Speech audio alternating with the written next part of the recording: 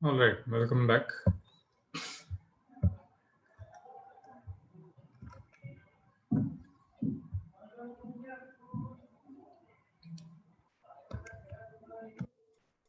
Has anyone heard that song before?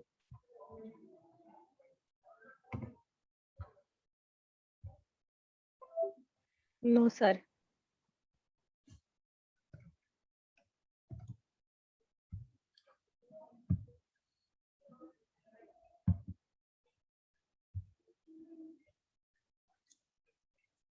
So,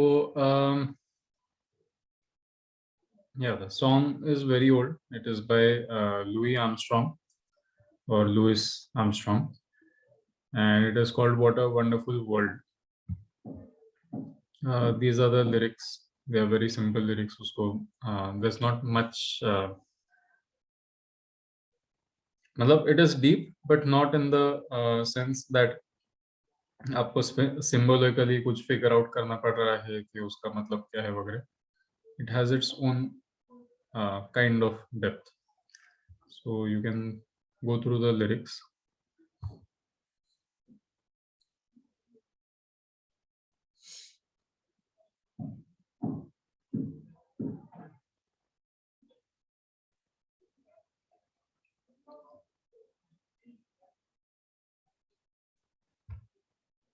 But the voice was not him. The voice was this singer whose name is Israel. He's a Hawaiian singer. His name is Israel Kamakawiwo Ole.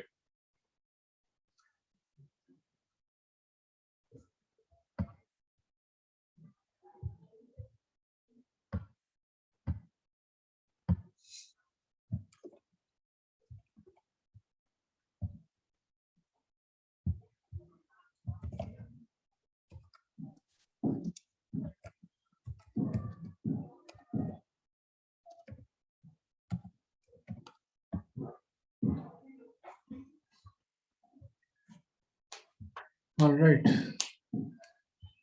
So we'll be going a bit deeper into it some other time. But songs, movies, as I had mentioned, these all come under media. Books, ये सारे media है. Media मतलब the meaning of that word is plain and simple. कि it is something through which you can pass something else. For example, if you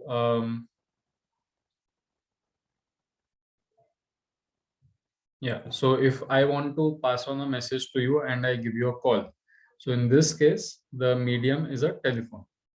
कि मैंने आपको phone किया और कॉल करके आपको जो भी बताना था या पूछना था या बातचीत करनी थी, वो सब फ़ोन द्वारा हुई है, तो इस केस में the phone is the medium. Similarly if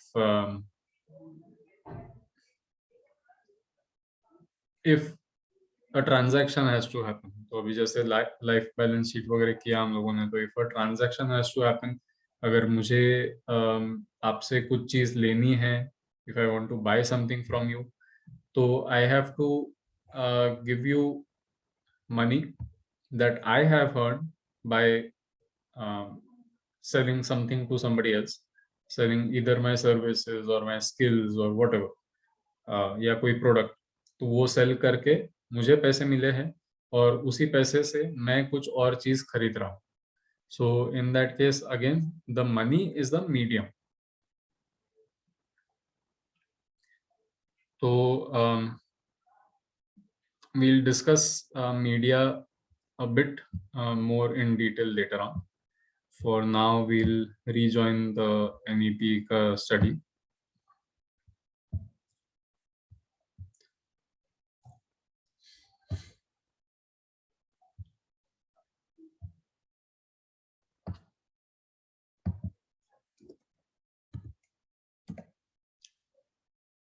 Does anyone have anything to share based on a previous session or based on yesterday's discussions?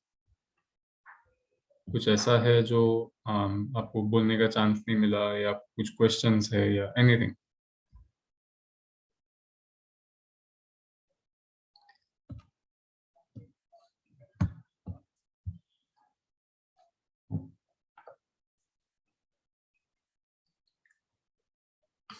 or should we move ahead?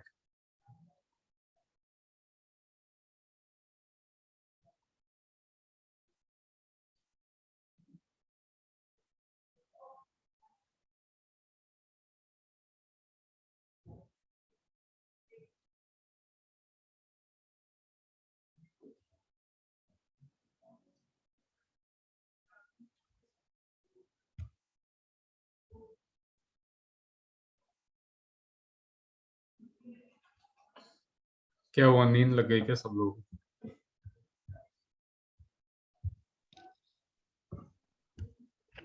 No sir. या पिछला session थोड़ा ज्यादा heavy हो गया?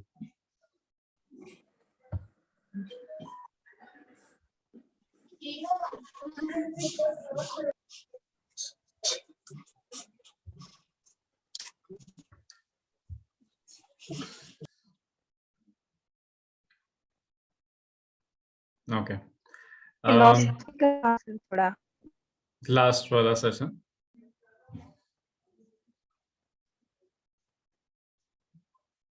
Okay, that is understandable. कुछ चीजें ऐसी होती है जो जिसकी वजह से हम लोग को बहुत बात करने की इच्छा होती है। कुछ चीजें चीजें ऐसी होती है जिसकी वजह से हम लोग को खामोश रहने की ज्यादा इच्छा होती है। सो so yeah, whoever is feeling however in this respect.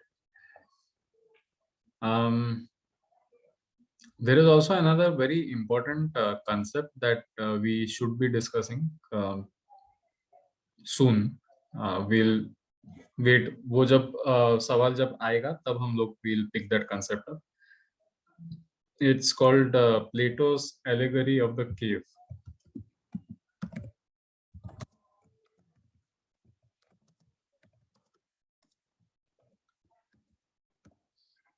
So an allegory is a way of saying something so that it becomes easier to understand. जैसे अगर मेरे मन में कोई कॉम्प्लिकेटेड, ये जो दांत वाला एग्जांपल लिया हम लोगों ने, if I wanted to help you understand a certain concept या अ सर्टेन इमोशन, तो मेरे पास में अगर उसके परफेक्ट शब्द या perfect what do you say tone वाली चीजें अगर नहीं है टू हेल्प यू अंडरस्टैंड, तो then I have to use a concept which is very similar in terms of the experience. तो उसी तरह से Plato's allegory of the cave is an experience of how education works. And when we say education, तो education हम लोग academics की बात नहीं कर रहे हैं, हम लोग qualifications की बात नहीं कर रहे हैं. We are talking about real education. Um, so yeah, so we'll be discussing that soon. For now, let's go ahead with the discussion on NEP. So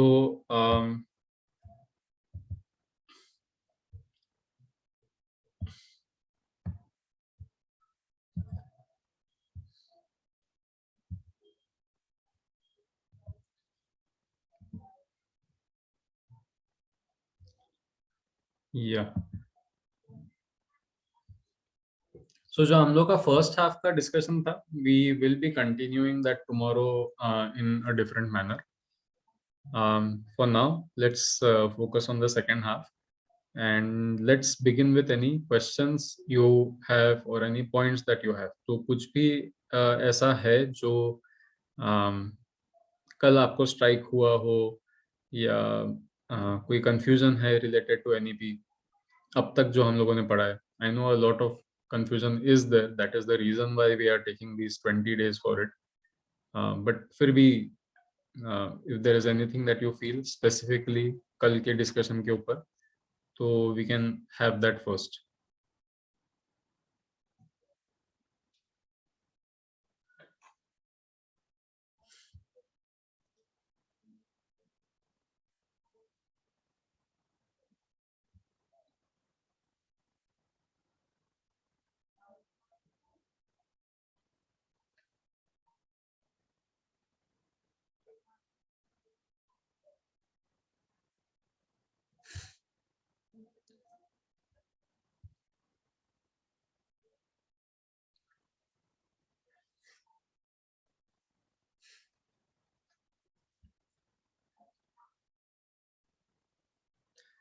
alright. So कल तक के हम लोगों ने डिस्कस किया कि क्या-क्या इम्पोर्टेंट है, क्या-क्या सेंट्रल फोकस है एनईपी का, including things like experiential learning, inquiry based learning, फिर social and ethical and emotional capacities का development and so on. It is supposed to work as a wholesome solution towards the imminent problems and the current problems that we are facing. So things like mental health issues, फिर environment, pollution, ये सारी चीजें, consciousness का जो decrease हम लोग होते हुए देख रहे हैं, all these issues are supposed to be addressed by the NEP. What else is supposed to be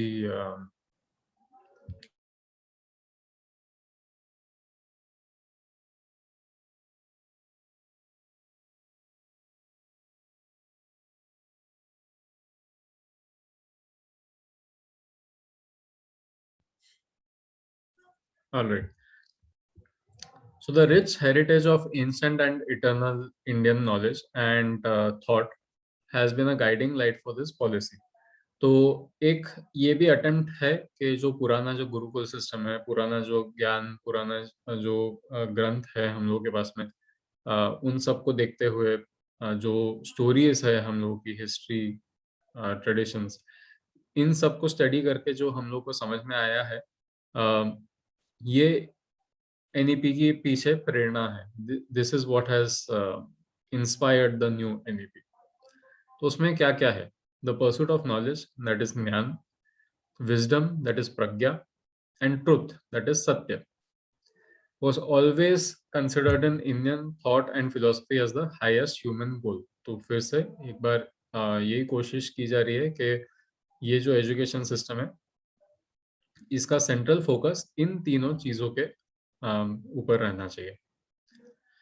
The aim of education in ancient India was not just the acquisition of knowledge as preparation for life in this world or life beyond schooling, but for the complete realization and liberation of the self.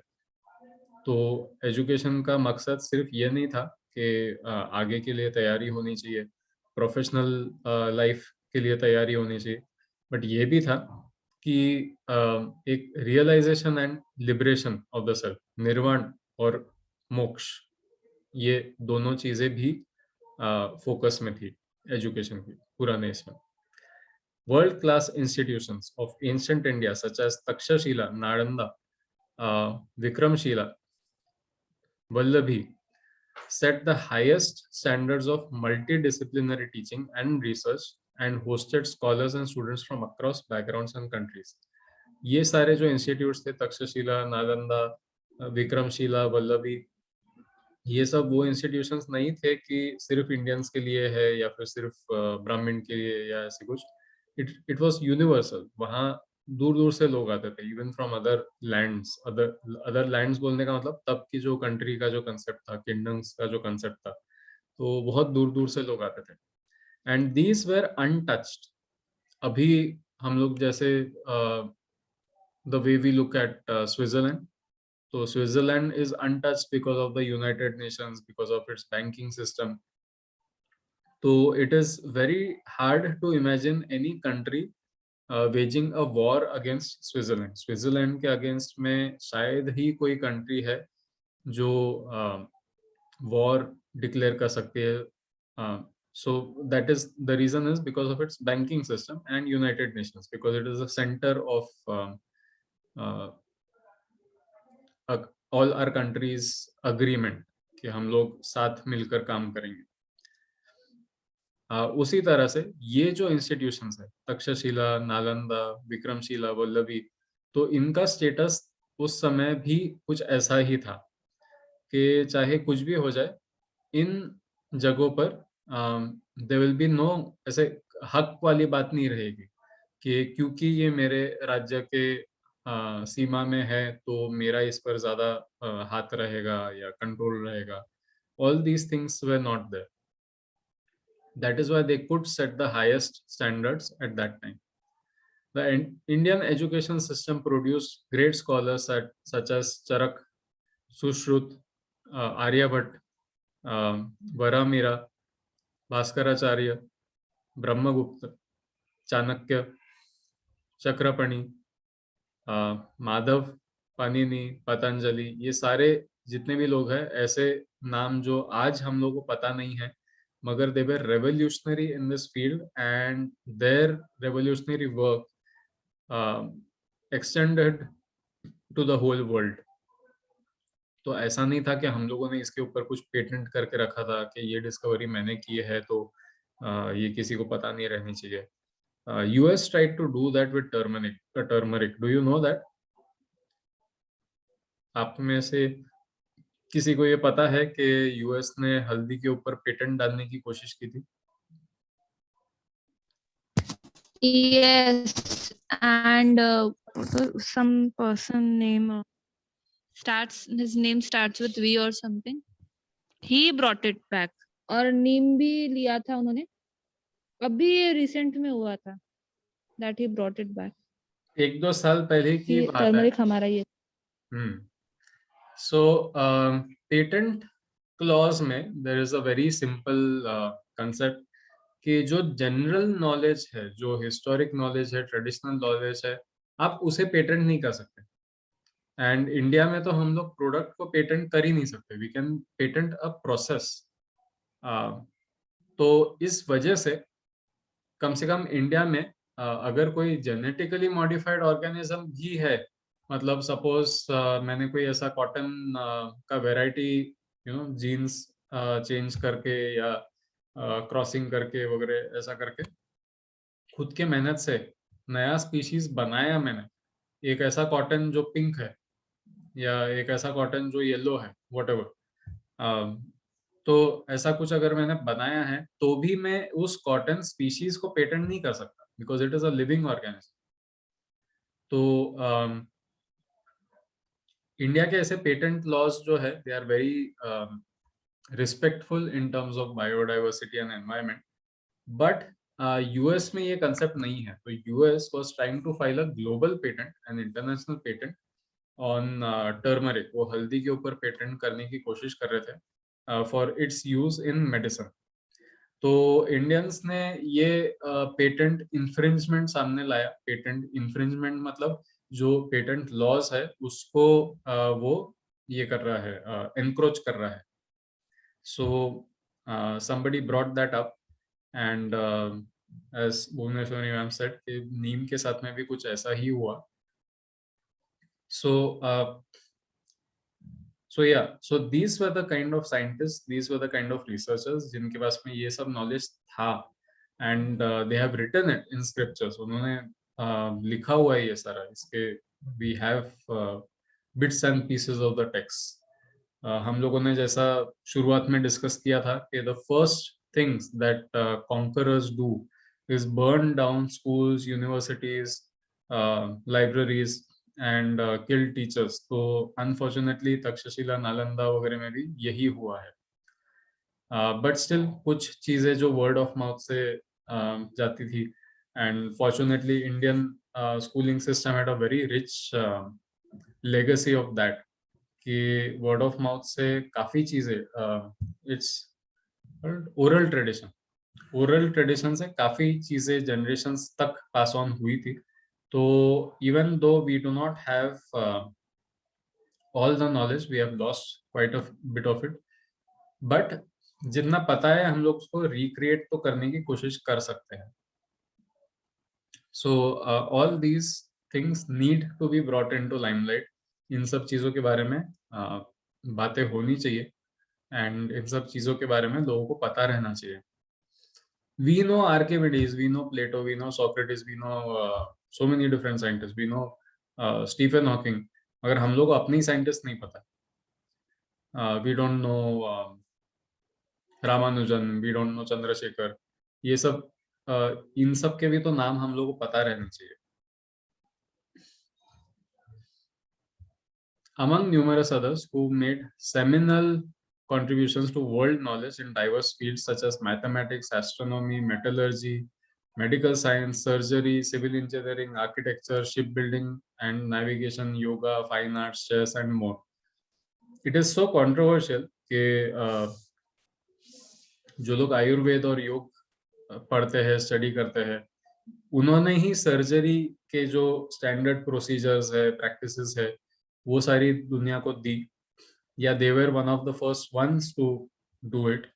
And today our doctors are against surgery being practiced by people who practice Ayurveda. So it is so ironic. So इन सब चीजों के बारे में हम लोग को जानकारी रखने की जरूरत है. We need to study it, we need to understand it. Indian culture and philosophy have had a strong influence on the world. These rich legacies to world heritage must not only be nurtured and preserved for posterity. मतलब सिर्फ अपनी शान के लिए, अपने status के लिए ये सब चीजों के बारे में सीखना is not the objective, but it has to be researched, enhanced and put to new uses through our education system. उस पर और significant research करना जरूरी है, उसे enhance करना जरूरी है, increase its effectiveness, increase its use in current times, and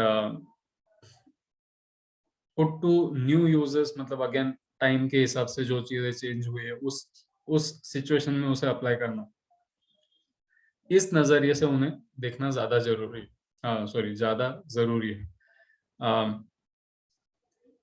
We have this tendency कि हम लोग हर बार बोलते हैं कि अरे तुम लोग क्या what are you talking about Einstein and all these people, हम लोग क्या तो आर्यभट्ट ने ये किया था, वो किया था. That is not the intention, that is not why Aryabhata did what he did. उन्होंने जब जो चीजें की, रिसर्च किया, स्टडी किया, उन्होंने ये थोड़ी किया कि मेरे अगले जनरेशन में इसकी शान मारेंगे लोग ये नाम लेके. So we need to remember what was the intention. We need to remember why did they do what they did. So that research mindset, that value for the science, value for the world, and our intentions for research, our contribution to the world.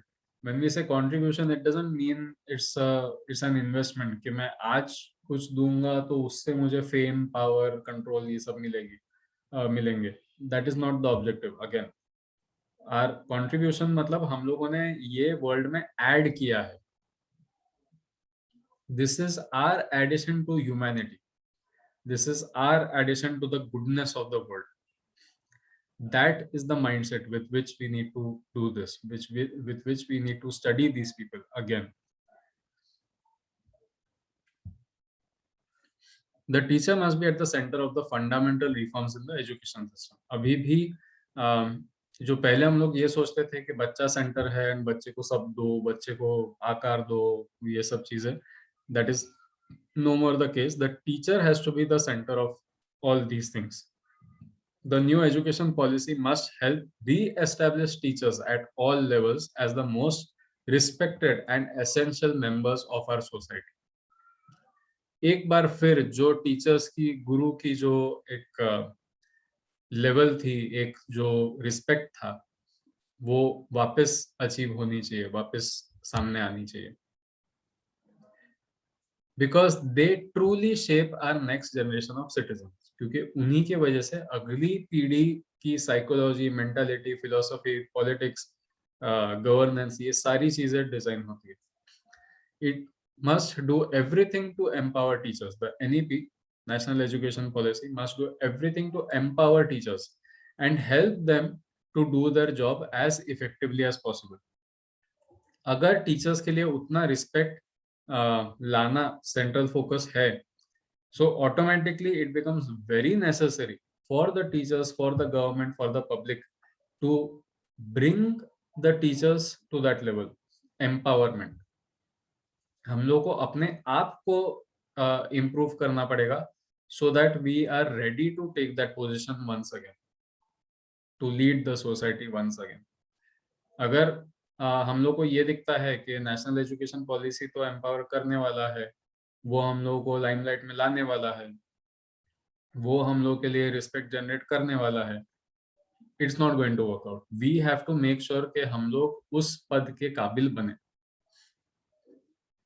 The new education policy must help recruit the very best and brightest to enter the teaching profession at all levels by ensuring livelihood, respect, dignity, and autonomy, while also instilling in the system basic methods of quality control and accountability. तो ये कैसे किया जाएगा? तो recruitment के समय ये ध्यान दिया जाएगा कि वो लोग टीचर्स नहीं बन रहे हैं जो जिनके पास में दूसरा कुछ काम नहीं है। टीचर्स वो लोग बन रहे हैं जो टीचर्स बनना चाहते हैं और वो टीचर्स बनने के लिए कुछ भी कर सकते हैं। They are the very best and brightest, most intelligent, most smart and the most effort taking people who enter the teaching profession at all levels. ऐसा नहीं है कि ज्यादा मेहनत वाले प्राइमरी में जाएंगे, कम मेहनत वाले प्री प्राइमरी में जाएंगे। It's not like that. We'll see later on कि ये स्ट्रीम्स ही अलग हो चुके हैं। तो ये कैसे किया जाएगा? बाय एंश्योरिंग लाइवलीहुड, वो लोग ये देखेंगे कि करंट सिनेरियो में एक डिसेंट लाइवलीहुड, एक डिसेंट जिंदगी के लिए क्या क्या जरूरत है, उस हिसाब से ये जॉब्स मेंटेन किए जाएंगे। रिस्पेक्ट, डिग्निटी, जो पहले ऐसा होता था कि टीचर्स ही गवर्नमेंट स्कूल्स में कंस्ट्रक्शन भी देख रहे हैं, टॉयलेट्स का क्लीनिंग भी टीचर्स ही देख रहे हैं, ऑफिस का मैनेजमेंट भी टीचर्स ही देख रहे हैं, वो धीरे धीरे इट विल गेट सेग्रीगेटेड कि टीचर्स का जो जॉब है वो टीचर्स देखेंगे, बाकी सब जगह पे देयर विल बी ऑटोनॉमी, आपको कंट्रोल रहेगा, मगर ये नहीं रहेगा कि दूसरा कोई नहीं है इसलिए आपको करने की जरूरत है। while also instilling in the system basic methods of quality control and accountability. इसी के साथ साथ में सिस्टम में ये भी होगा कि आप क्वालिटी मेंटेन कर रहे हैं कि नहीं कर रहे हैं, इसके checks, self checking, self assessment, कुछ ऐसे तरीके which we will also discuss, जिसके थ्रू हम लोगों को समझ में आए कि क्या मैं सही कर रहा हूँ या कर रही हूँ। What I am doing, is it appropriate?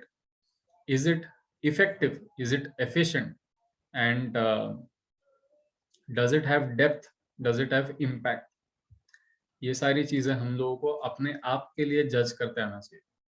अगर मैंने कोई डिसीजन लिया है and that decision turned out to be wrong in the long run, but कल जैसा हम लोगों ने डिस्कस किया था कि when we take the decision, at that time we take the decision thinking कि it is the right decision, because तब तक हम लोगों को जो सिचुएशन है, जो नॉलेज है, उस हिसाब से वो हम लोगों को सही लगता है। तो the teachers will be given empowered enough to take that accountability। अगर वो गलत होता है तो उसके बाद में अगर कोई पूछता है कि ये किसने किया था या अब इसको सॉल्व कौन करेगा, थिंग्स लाइक दैट, तो उस केस में the teachers should be empowered enough, the teachers should feel strong enough, courageous enough कि वो उस गलती को रिकवर करने के लिए कुछ स्टेप्स ले, कुछ सुधार करे एंड ऑब्वियसली ओन करे कि हाँ ये मेरी रिस्पॉन्सिबिलिटी थी, मेरा डिसीजन था जिसकी वजह से ये हुआ है। Now I am trying to figure out कि इसको कैसे सॉल्व किया जाए।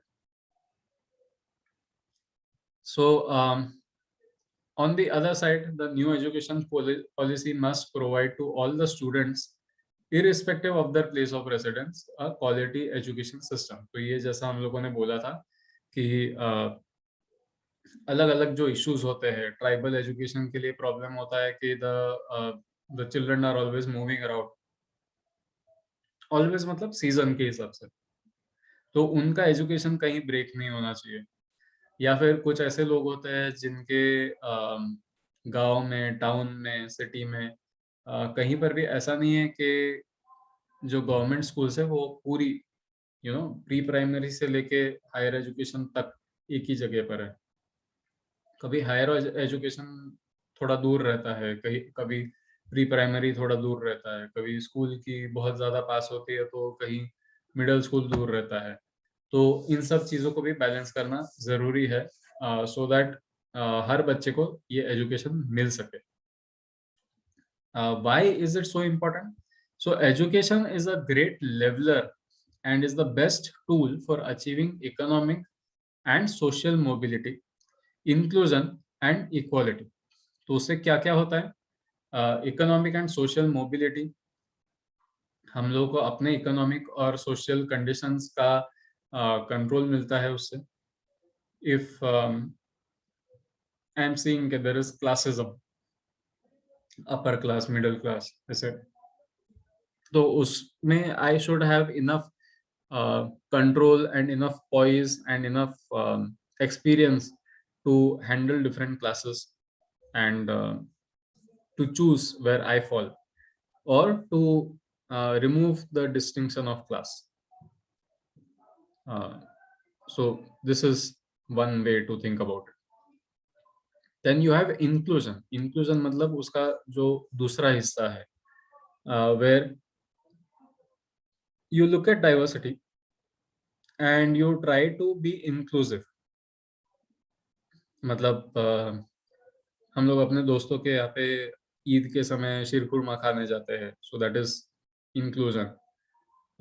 If we invite people of a higher class to our functions, to our weddings, their family functions, if we invite people of the lower class to the same, this is inclusion. Then diversity के जो roles है, diversity के जो specific चीजें हैं, like for example कभी-कभी अगर हम लोग को समझ में आया कि we have a Punjabi friend and जिनके यहाँ पे बैसाखी वगैरह होती है, सेलिब्रेट होती है, but if you figure out कि there is one maybe college student who is living next to us and उसकी फैमिली यहाँ नहीं है, they have sent them here for education, तो हम लोग के घर में सेलिब्रेट करके अगर हम लोग उनको बुलाते हैं घर पर, that is inclusion. Elevator school में अगर डिजाइन किया जाता है, आर्किटेक्ट वगैरह ने डिजाइन किया है एंड वो अगर सिर्फ लोगों के लिए डिजाइन किया है, मतलब उसके बटन वगैरह थोड़े ऊपर है, तो दैट इज नॉट इंक्लूजन। हम लोग को उस हिसाब से एलिवेटर, उस हिसाब से लिफ्ट डिजाइन करनी चाहिए ताकि एक आधा कोई अगर व्हील चेयर में भी अगर आता है तो सारे बटन्स उसके हाथ के पास रहने चाहिए, सो दैट इज इंक्लूजन। टॉयलेट्स वगैरह भी अगर if you have toilets for handicap people, if you have toilets for third gender people, all this would fall in inclusion. And equality. So equality ka concept is a bit controversial because if we look at things the way they are, equality does not exist. And I don't mean कि equality constitution में है मगर हम लोग follow करते हैं, वैसे नहीं। I mean equality does not exist because each person is different. How do you say that is? How do you define equality? कि this person is equal to this. So we can have equality of opportunity. Equality of opportunity मतलब अगर कोई चाहे तो irrespective of their caste, irrespective of the gender, irrespective of their color, sexual orientation, country, ये creed, religion, ये कुछ भी हो उसका, वो चॉइसेस हर किसी को ओपन रहनी चाहिए, that is equality of opportunity. हाँ, if they don't choose it that is a different matter, but at least that option should be real and that option should be available to them, तो that is the kind of equality that they are talking about. तो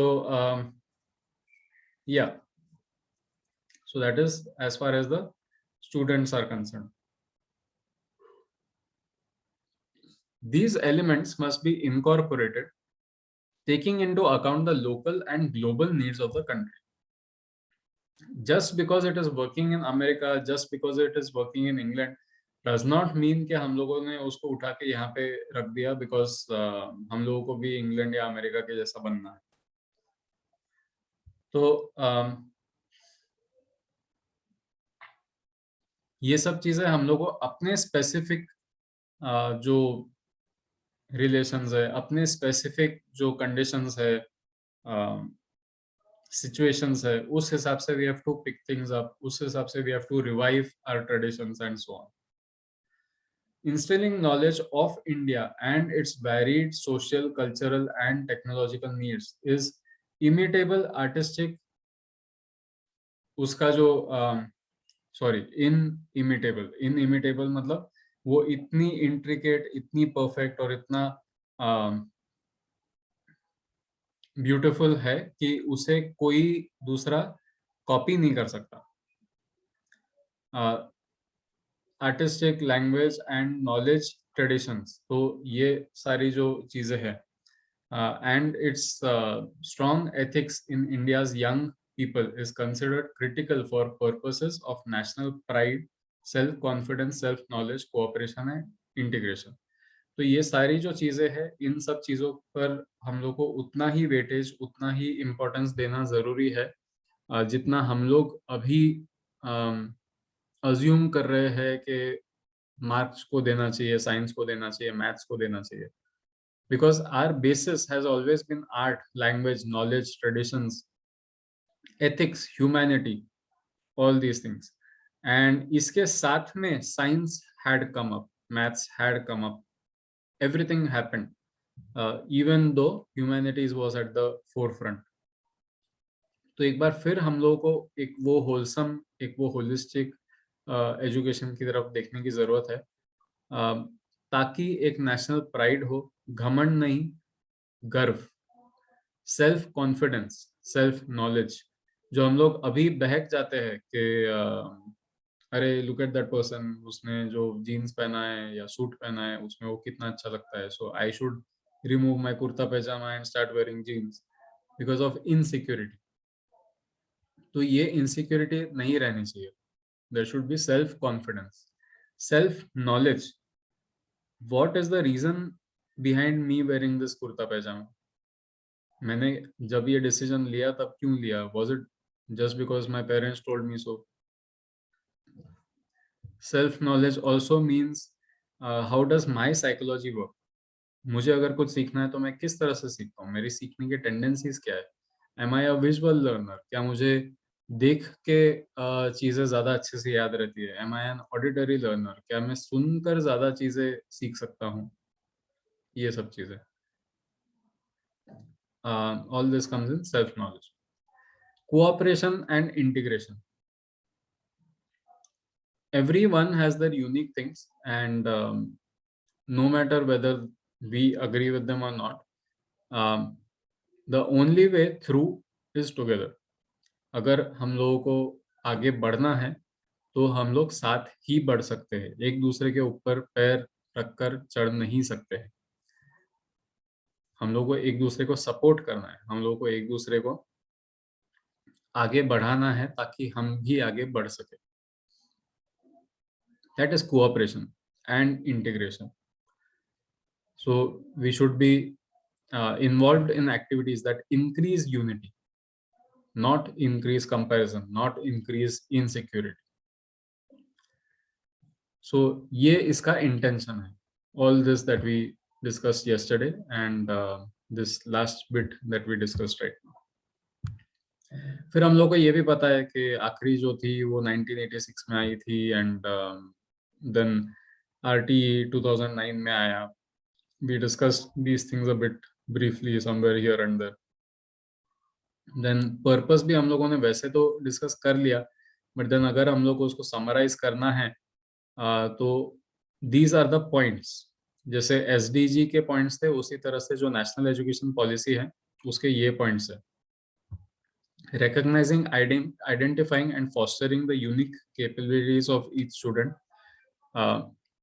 तो ये करने के लिए सबसे बड़ा step रहेगा स्कूल्स का sensitizing teachers as well as parents to promote each student's holistic development in both academic and non-academic spheres।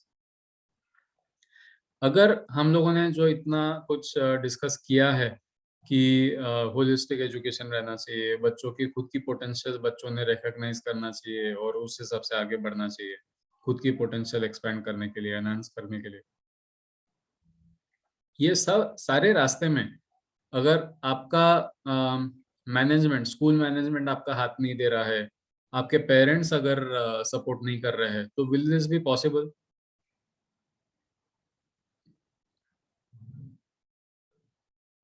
No. आपको सपोर्ट तो लगेगा ना, No. कहीं ना कहीं तो लगेगा ही।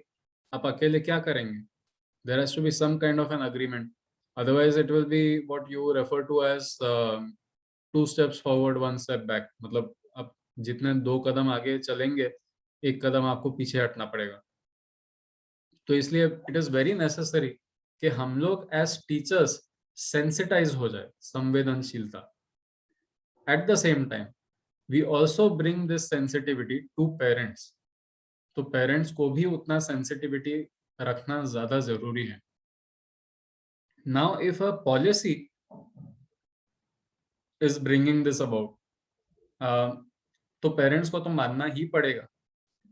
बट आप लोगों को पता है कितना चैलेंजिंग है टू कन्विंस अ पेरेंट कि you know this is happening और this is about to happen, and आपको इसके लिए सतर्क रहना है, तैयार रहना है।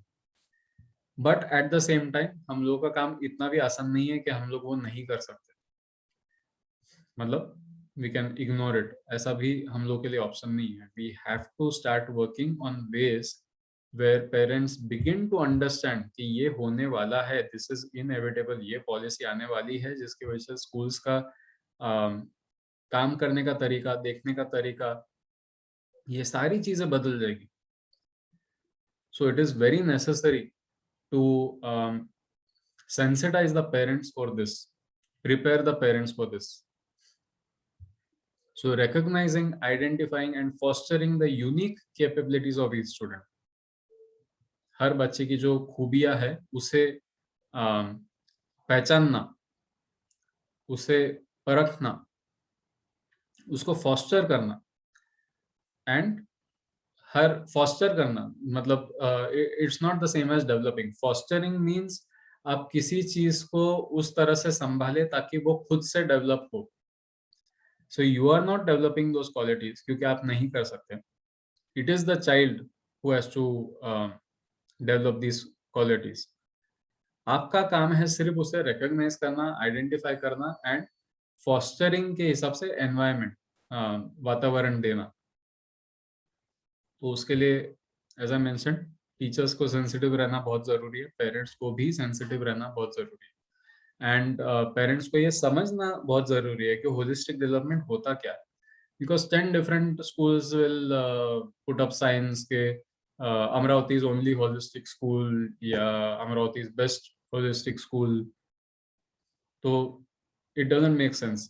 पेरेंट्स अगर समझते हैं होलिस्टिक मतलब क्या होता है, तो then that awareness will come, and then आप अगर अच्छा काम कर रहे हैं, आप अगर अग्रेसिवली इस पर काम कर रहे हैं, तो बाकी सब स्कूल्स को भी घुटने टेकने पड़ेंगे and they will have to do the right thing. उनको भी धीरे धीरे सही चीजें अपनाना शुरू कर देना पड़ेगा। तो this should be the central focus. Then according to the highest priority to achieving foundational literacy and numeracy by according the highest priority to achieving foundational literacy and numeracy by all students by grade 3. तो धीरे धीरे I think 2030 is the target if I am not wrong. 2030 तक ऐसा रहना चाहिए कि हर school का system, पूरे कंट्री का एजुकेशन का system should be fortified and developed in such a way that by the time a child reaches grade 3, तब तक लिखना पढ़ना एंड नंबर्स का नॉलेज, ये तीनों चीजें आ जानी चाहिए। 3rd स्टैंडर्ड तक हम लोग तो KG 1 से ही दौड़ा रहे हैं। So finally the government is recognising कि early childhood care and education के हिसाब से ग्रेड 3 तक लिमिट रहनी चाहिए उसकी, and then grade 3 onwards the children should know how to read, how to write, and numbers. Flexibility, so that learners have the ability to choose their learning trajectories and programs, and thereby choosing their own paths in life according to their talents and interests. तो subject खुद के choose करते आने चाहिए, course खुद का choose करते आना चाहिए. There are ideas of introducing smaller courses throughout schooling, throughout college, ताकि आपके क्रेडिट्स कंप्लीट हो सके, ताकि आपके मार्क्स कंप्लीट हो सके, and at the same time early age से आप अपने इंटरेस्ट को एक्सप्लोर करना शुरू कर दे सके. सो उतनी फ्लेक्सिबिलिटी रहनी जरूरी है. No hard separations between arts and sciences, between curricular and extracurricular activities, between vocational and academic streams, etc. In order to eliminate harmful hierarchies among and silos between different areas of learning. The moment you put these in boxes, जैसे ही हम लोग box बनाना शुरू कर देते हैं कि ये science में आता है, ये आर्ट्स में आता है, ये मैथ्स में आता है, अपने आप समाज में, स्कूल्स में, सब जगह पे हायरार्की तैयार हो जाती है, लेवल्स तैयार हो जाते हैं कि साइंस को ज्यादा इंपॉर्टेंट. ये अक्सर होता है, we see this in school also, कि आर्ट टीचर की कोई सुनता ही नहीं है. आर्ट टीचर ने होमवर्क दिया तो कोई पेरेंट बच्चे को करने ही नहीं देता है होमवर्क. लोगों के पास में साल साल आर्ट बुक रहती ही नहीं है और कोई खरीद के भी नहीं देता है बच्चों को. Have you notice this in your schools?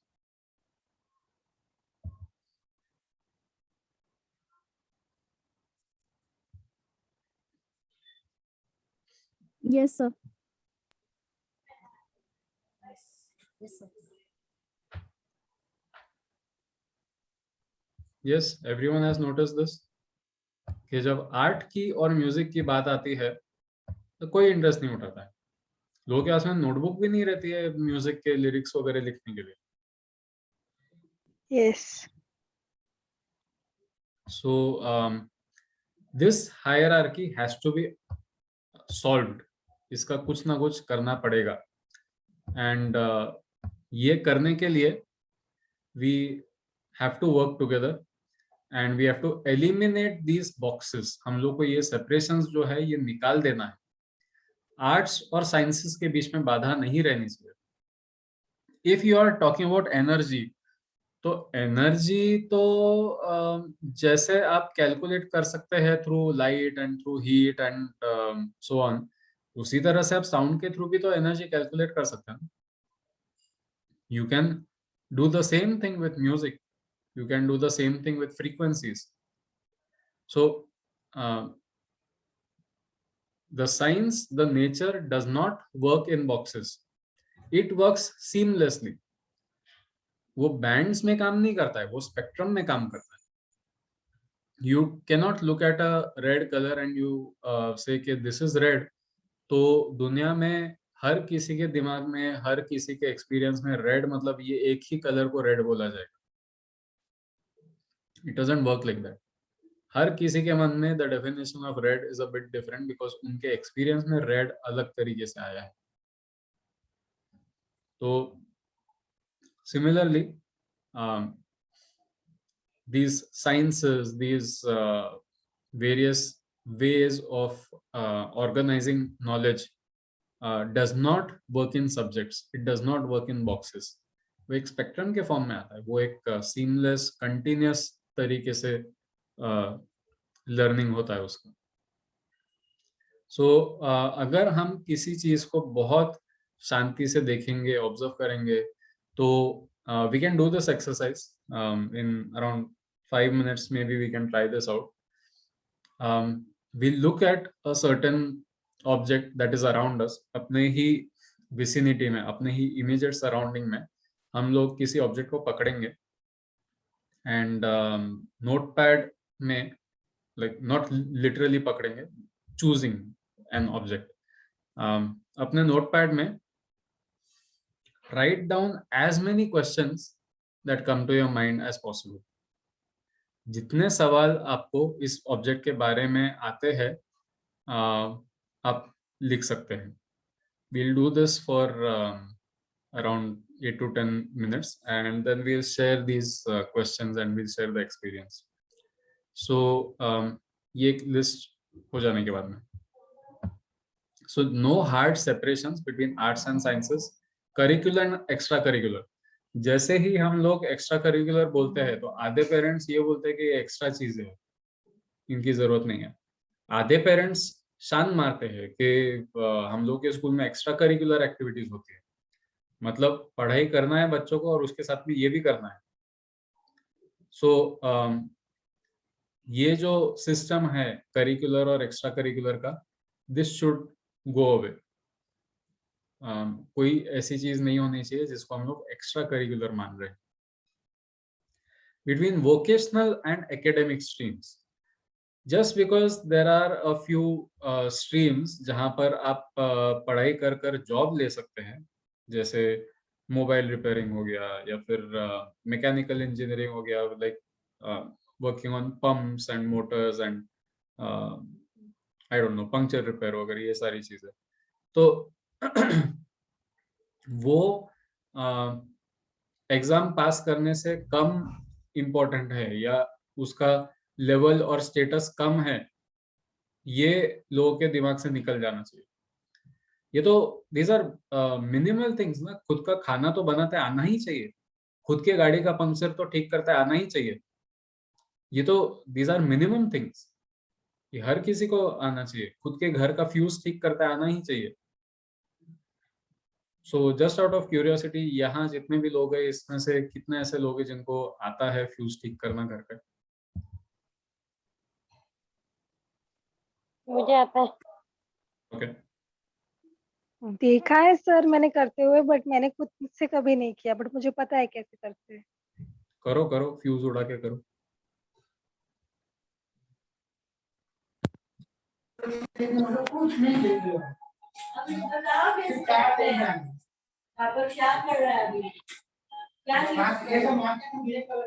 Yes, Neena ma'am.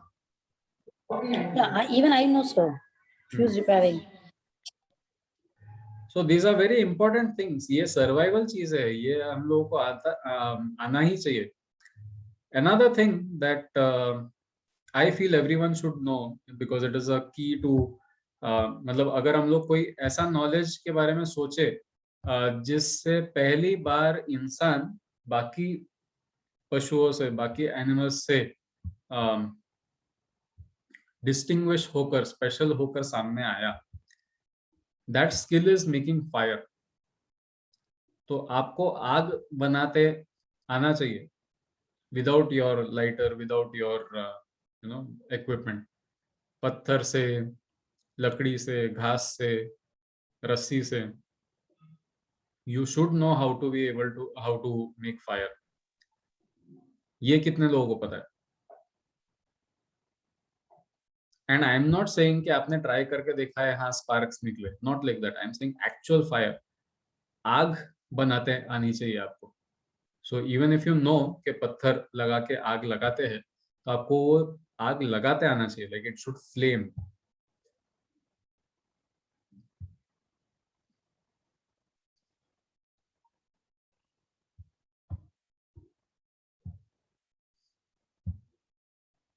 नहीं Shilpa ma'am, then you are disqualified.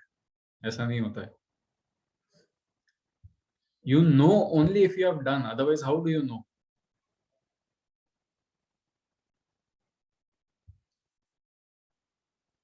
Then it is information, it is not knowledge. Knowledge and knowing is different from just having the information कि ये possible है. So ये सारी चीजें हम लोग को करते आनी चाहिए. We should know about all these things.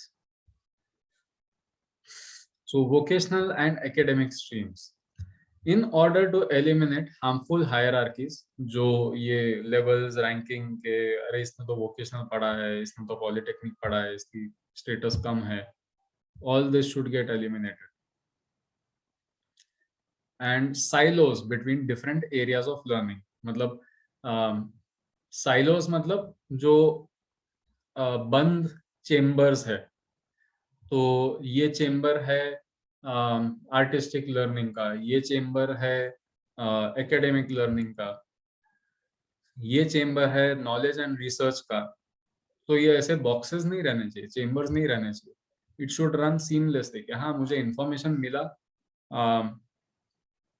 उस पर मैंने एक्ट किया, मुझे एक्स्ट्रा इंफॉर्मेशन मिला which I turned into experiential knowledge, which I turned into a knowledge network, कि ये 5 pieces of knowledge join करके मैंने एक central उसका नया knowledge बनाया, and उस knowledge को then I turn into wisdom, फिर it stays with me connected to humanity, कि ये world sense में how does it act, what does it mean. So that entire process should happen. हम लोगों को ऐसे बॉक्सेस नहीं बनाने के हैं कि ये धार्मिक है या ये वर्किंग है, यू नो, प्रैक्टिकल नॉलेज है. Everything should be together. Okay, so I think this is a good time to try this out, and we'll do this from 12:35 to अभी 12:36 हो गए, to 12:36 to 12:46, and then come back and quickly discuss what we noticed. आपको अपने questions देने की जरूरत नहीं है, बट आपने ये एक्सरसाइज करते करते क्या महसूस किया ये हम लोग डिस्कस कर सकते हैं. Actually let's not take 10 minutes over this, let's take 7 minutes, तो थोड़ा जल्दी हो जाएगा. So it is 12:36 right now.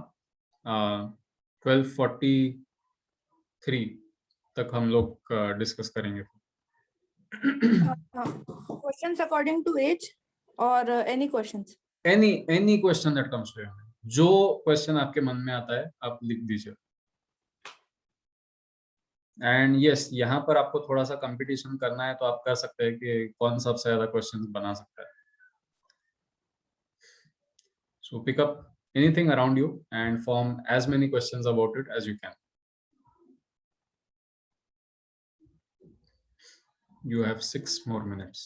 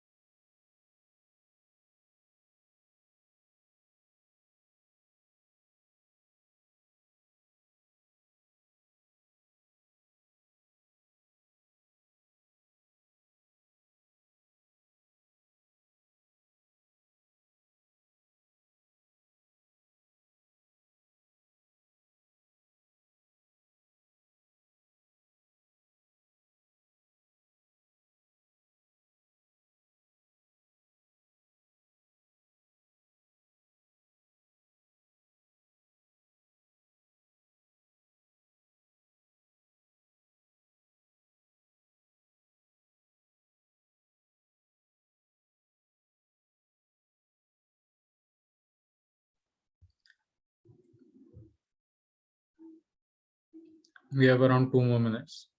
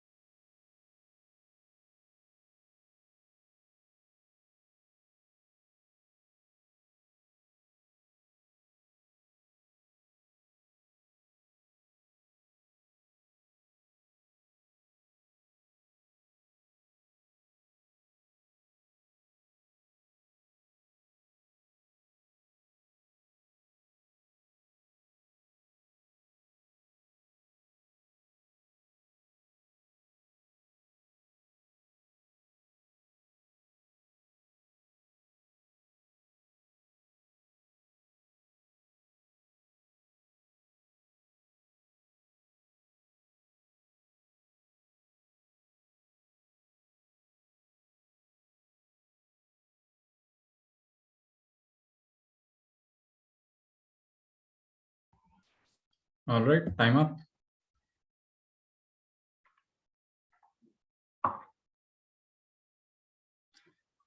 So yes, who would like to share their experience?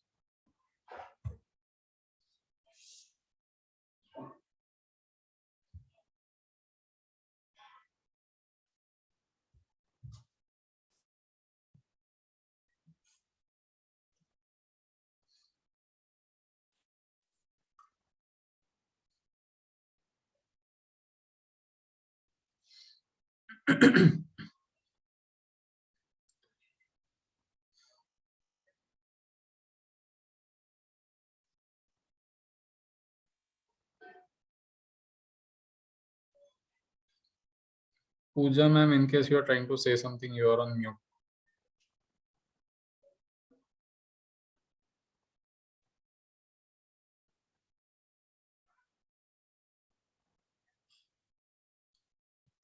No, sir. Actually, I'm getting disconnected again and again, and you're not audible for me. Okay, So but did you please, hear the task? Yes, sir. Did you hear the task that was given?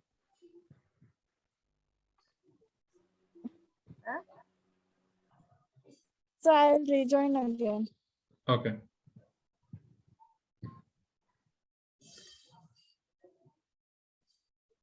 ठीक है.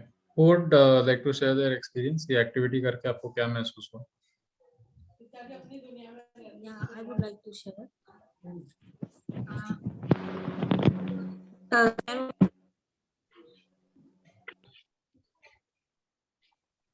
Meena ma'am, you'll have to be a bit louder. Yes, now it's Yeah.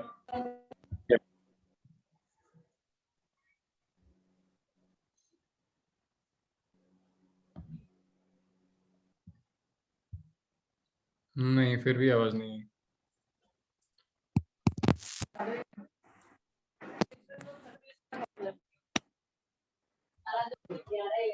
now. अब I'm yes. audible. So I took an one second. Hmm. Yes. Yeah, I took chair as an object in front of me, and मतलब questions अपने आप आते गए, like what is the color of it, whether it is a wheelchair, उसके मतलब arms है कि नहीं, whether it is heavy, is it a comfortable, is it cane, out of what it is made, whether it is plastic. So like almost nearly like 14 to 15 question I made it. Okay. Swati ma'am, you were saying something.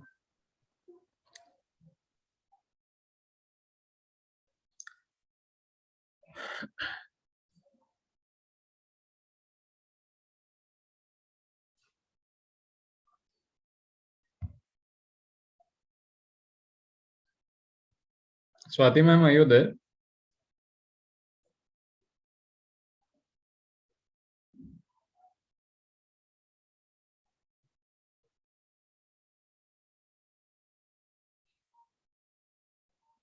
Okay. ठीक है. Anyone else?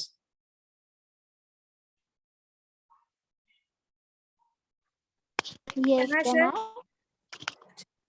1 minute. Divya ma'am first, then Bhuvneshwari ma'am. Yeah.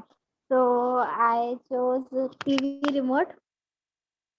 और मुझे वो activity जब मैं कर रही थी मुझे बहुत हंसी आई क्योंकि हम कभी इतना ऑब्जर्व करते नहीं है और हम इतना कुछ क्वेश्चंस इतने स्टूपिड आ रहे थे कि इसका डिजाइन ऐसा क्यों है। अराउंड मेरे 18 एंड 20 क्वेश्चंस हो गए।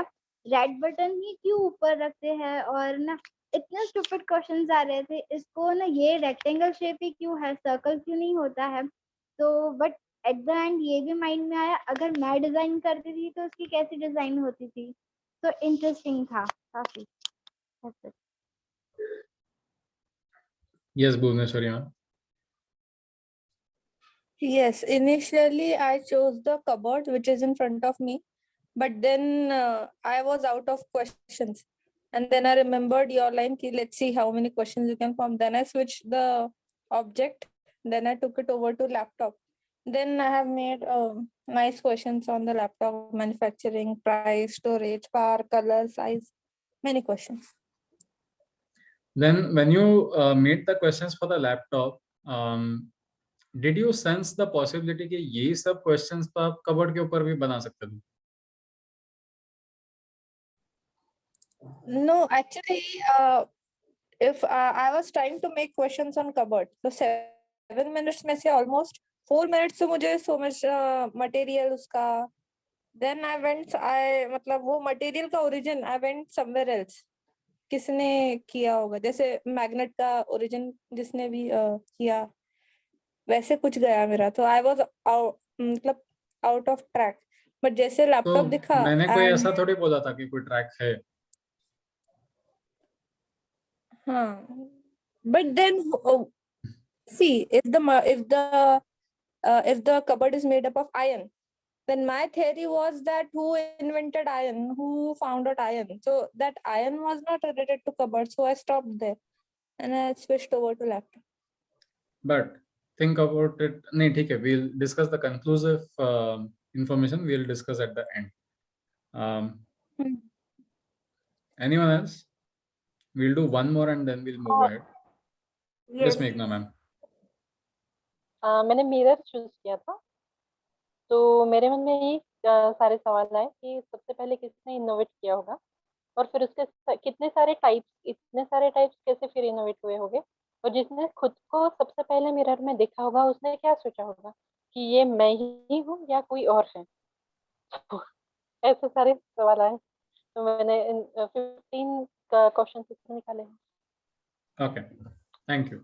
So the whole purpose of this exercise, Anil sir और दीपिका मैम को कुछ शेयर करना है? Yes sir. Okay, so Deepika ma'am first, then Anil sir. Okay मैंने ऑब्जेक्ट ये मोबाइल का ही चूज किया, मेरे हाथ में ही तब, तो मैंने सोचा कि सबसे पहले ख्याल किसको आया होगा कि ये बनाए, और मतलब क्या सोच के उन्होंने ये बनाने का ट्राई किया होगा और फर्स्ट कौन होगा जिसने बनाया होगा। उसके बाद फिर उसके जैसे सेम इतने कॉम्पिटिशन्स आ गए मोबाइल के भी इतने ब्रांड्स, तो फर्स्ट ब्रांड कौन सा होगा और क्या सोच के जो दूसरा वाला होगा उसने क्या सोच के और क्या इम्प्रूवमेंट की होगी, मतलब क्या देख के वो चीज में आगे बढ़ा। और जब वो मोबाइल्स नहीं थे तो वो कैसे लोग मैनेज करते थे, यहाँ पे सेकेंड्स में काम हो जाता है, 1 सेकेंड में फोन लगा दिया और हो गया। तो तब तो कितना मतलब डिले होता होगा, सालों साल एक ही चीज को लटका के रखते होंगे कि वो मैसेज जाएगा, वो पत्र वगैरह लिखते थे। तो मतलब बहुत ही ऐसे लग रहा था कितना पीछे थे हम और हम कितना आगे आ गए आज। Netflix पे there is one very interesting series called Dr. Stone, DR, Doctor and Stone, STONE. If you get a chance, watch that. Yes sir. Yes, Anil sir. Sir मेरे सामने भगवान राधा कृष्ण की फोटो है, तो मुझे उनको देख के वो जो फ्लूट बजाते हैं, फ्लूट को लेकर बहुत सारे प्रश्न आए मेरे मन में। पहले तो ये सोचा कि वो फ्लूट बॉम्बू से क्यों बनी है। सेकंड थिंग फिर ये लगा कि भगवान श्री कृष्ण उसको हॉरिजेंटली क्यों प्ले करते हैं, वो अगर जो सीधी फ्लूट होती है वो क्यों नहीं वो बजाते हैं।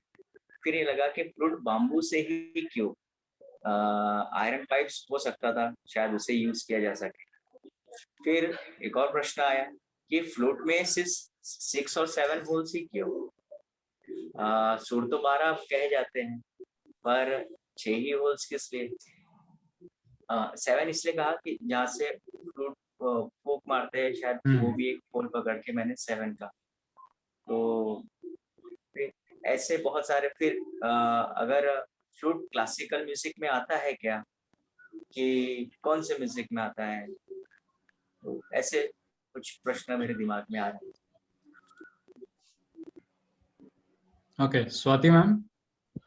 हाँ यस सर, मैंने फ्लावर पॉट चूज किया था रूम में और उसे देखकर मेरे मन में बहुत प्रश्न उठे कि जब भी फ्लावर्स हम देखते हैं, हर टाइप के फ्लावर पॉट्स देखते हैं, तो हमें अच्छा लगने के लिए, अच्छा फील होने के लिए जो हम सजाते हैं घर पर, तो इसके पीछे कितने सारे लोगों की मेहनत होगी, कितने सारे लोग अपना डिवोशन देते होंगे, टाइम देते होंगे और अपने इनोवेटिव आइडियाज वहां लगाते होंगे कि किस टाइप के अलग अलग तरह के फूल्स और फ्लावर पॉट्स बनाए जाए ताकि लोगों को पसंद आए। इस तरह के बहुत सारे। Thank you. Okay, ठीक है। So you all must have noticed that we all have the tendency to not just explore the object. जिस ऑब्जेक्ट के बारे में हम लोग बात कर रहे हैं, सिर्फ उसके ऊपर सवाल नहीं आते, उसके ओरिजिन्स, उसका फ्यूचर, उसका हिस्ट्री, उसकी प्रॉपर्टीज, हर चीज के बारे में सवाल उठते हैं। एंड इफ वी वांट, तो हम लोग किसी भी एक ऑब्जेक्ट को उठा के we can study any possible subject with that thing.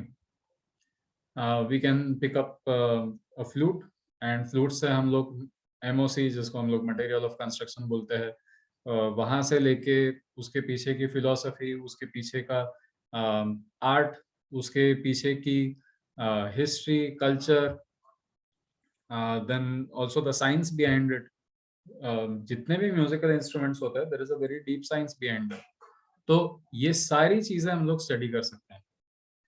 तो ये हो गया। फिर जैसे हम लोग जो, मतलब the part that I was going to raise about the cupboard, the metal and everything, so and the discovery, when we look at certain things,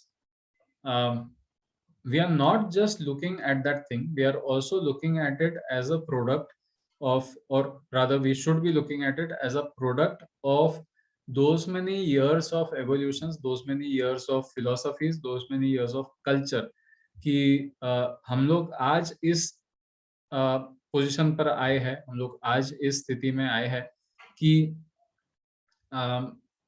something which is made of metal, which stores your clothes and which you can lock seems like a reasonable piece of effort कि कोई ऐसी चीज जिसमें हम लोग कपड़े डाल सकते हैं और जो किसी धातु का बना है और जिसे हम लोग लॉक कर सकते हैं, ये जो ऑब्जेक्ट है वो एक ऐसी चीज है जिसके पीछे हम लोग को इतने सारे सालों की मेहनत डालना was a reasonable effort.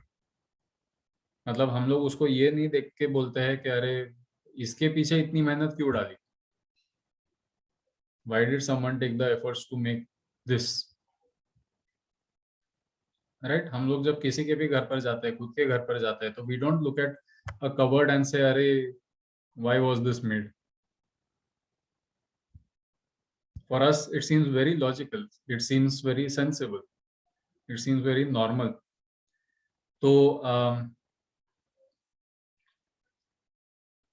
we can understand things better if we go back, we can understand things better if we go and visit the things around.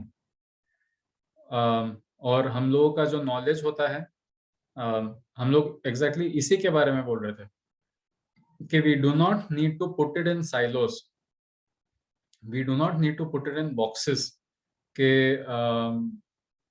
इसके बारे में थोड़ा सा स्टडी करते हैं, थोड़ा सा हम लोग भटकना शुरू हो गए तो देन वी डिसाइड कि नहीं this is of topic.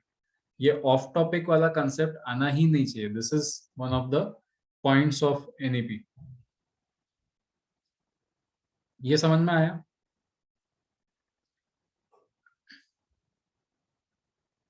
Yes. Because curiosity, human curiosity, we do not know the reason why we learned everything was through human curiosity. And human curiosity अगर इतनी close minded रहती, इतनी limited रहती, तो कोई discovery innovation होता ही नहीं ना। We have to be free thinkers to be able to think freely. Okay? Yes. Actually, I tried to stick to the cupboard part only. यही कॉन्सेप्ट अगर हम बच्चों के साथ ले तो obviously we go off the rails, मतलब बहुत जाते हैं हम डीप में एवरीथिंग।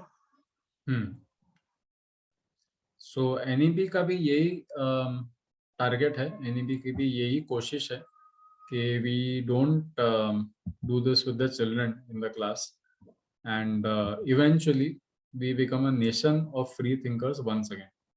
हम लोग काफी बार ये सुनते हैं कि हम लोग को देश को आज़ादी मिले इतने साल हो गए मगर यहाँ के लोग आज़ाद नहीं हैं। So this is what we mean by that. We limit ourselves, we put ourselves in cages. So yeah, so that is what we are aiming for, to eliminate harmful hierarchies and to eliminate the formation of silos between different areas of learning.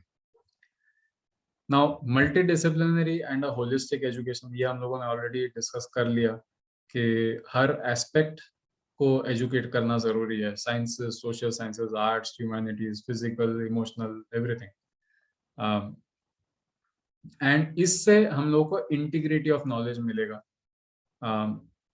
Then your knowledge will be seamless, it will be connected, it won't be disconnected. emphasis on conceptual understanding rather than rote learning and learning for exams. तो आपको अगर उस समय पे जो text book में सवाल पूछा गया है उसका अगर जवाब नहीं देते आया, इसका मतलब ये नहीं है कि आपको वो आता नहीं है। It means the concept is percolating in your brain. Percolating मतलब धीरे धीरे सेटल हो रहा है। तो उसके परकोलेशन के लिए, असिमिलेशन के लिए, these are very important words, I will just put them up here. हम लोग ये वर्ड्स वापस देखेंगे जब लर्निंग सिस्टम्स डिस्कस करेंगे। So you have percolation,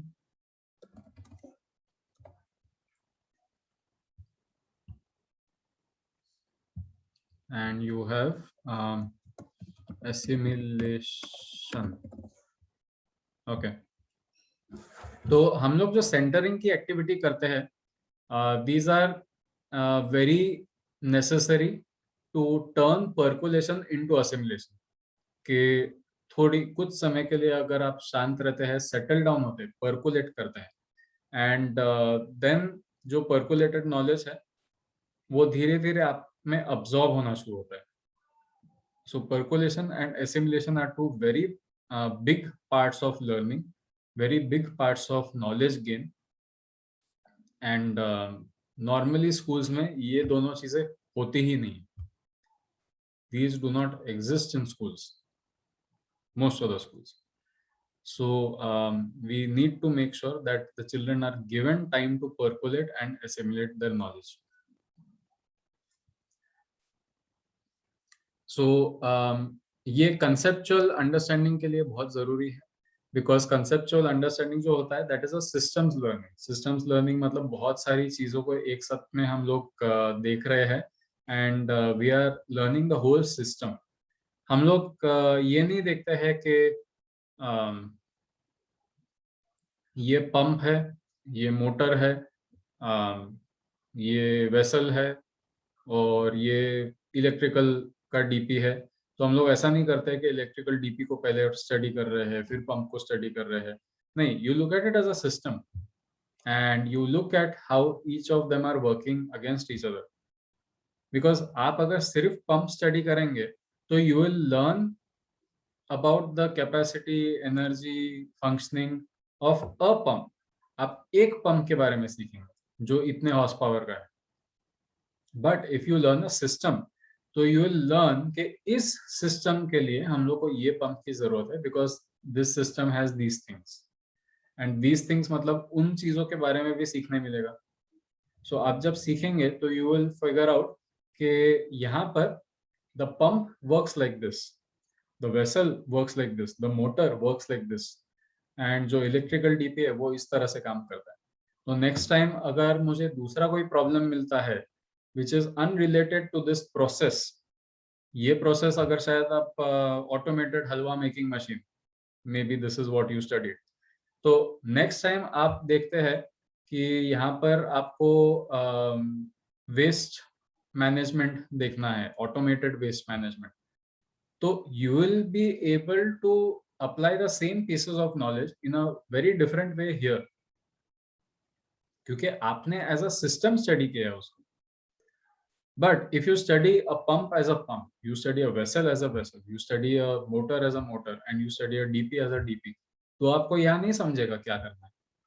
It will be very difficult for you to put these boxes of knowledge together, क्योंकि आपके brain में they are stored as boxes of knowledge, they are not connected. उनके बीच में कोई brain cell नहीं है जो पूरा सब कुछ एक साथ में कनेक्शन बना रहा है. So it becomes very difficult how these things play with each other or work together. So conceptual understanding ज़्यादा जरूरी है than rote learning and learning for exams. Creativity and critical thinking is very important. ये हम लोगों ने इसके ऊपर बहुत ज़्यादा डिस्कस किया है.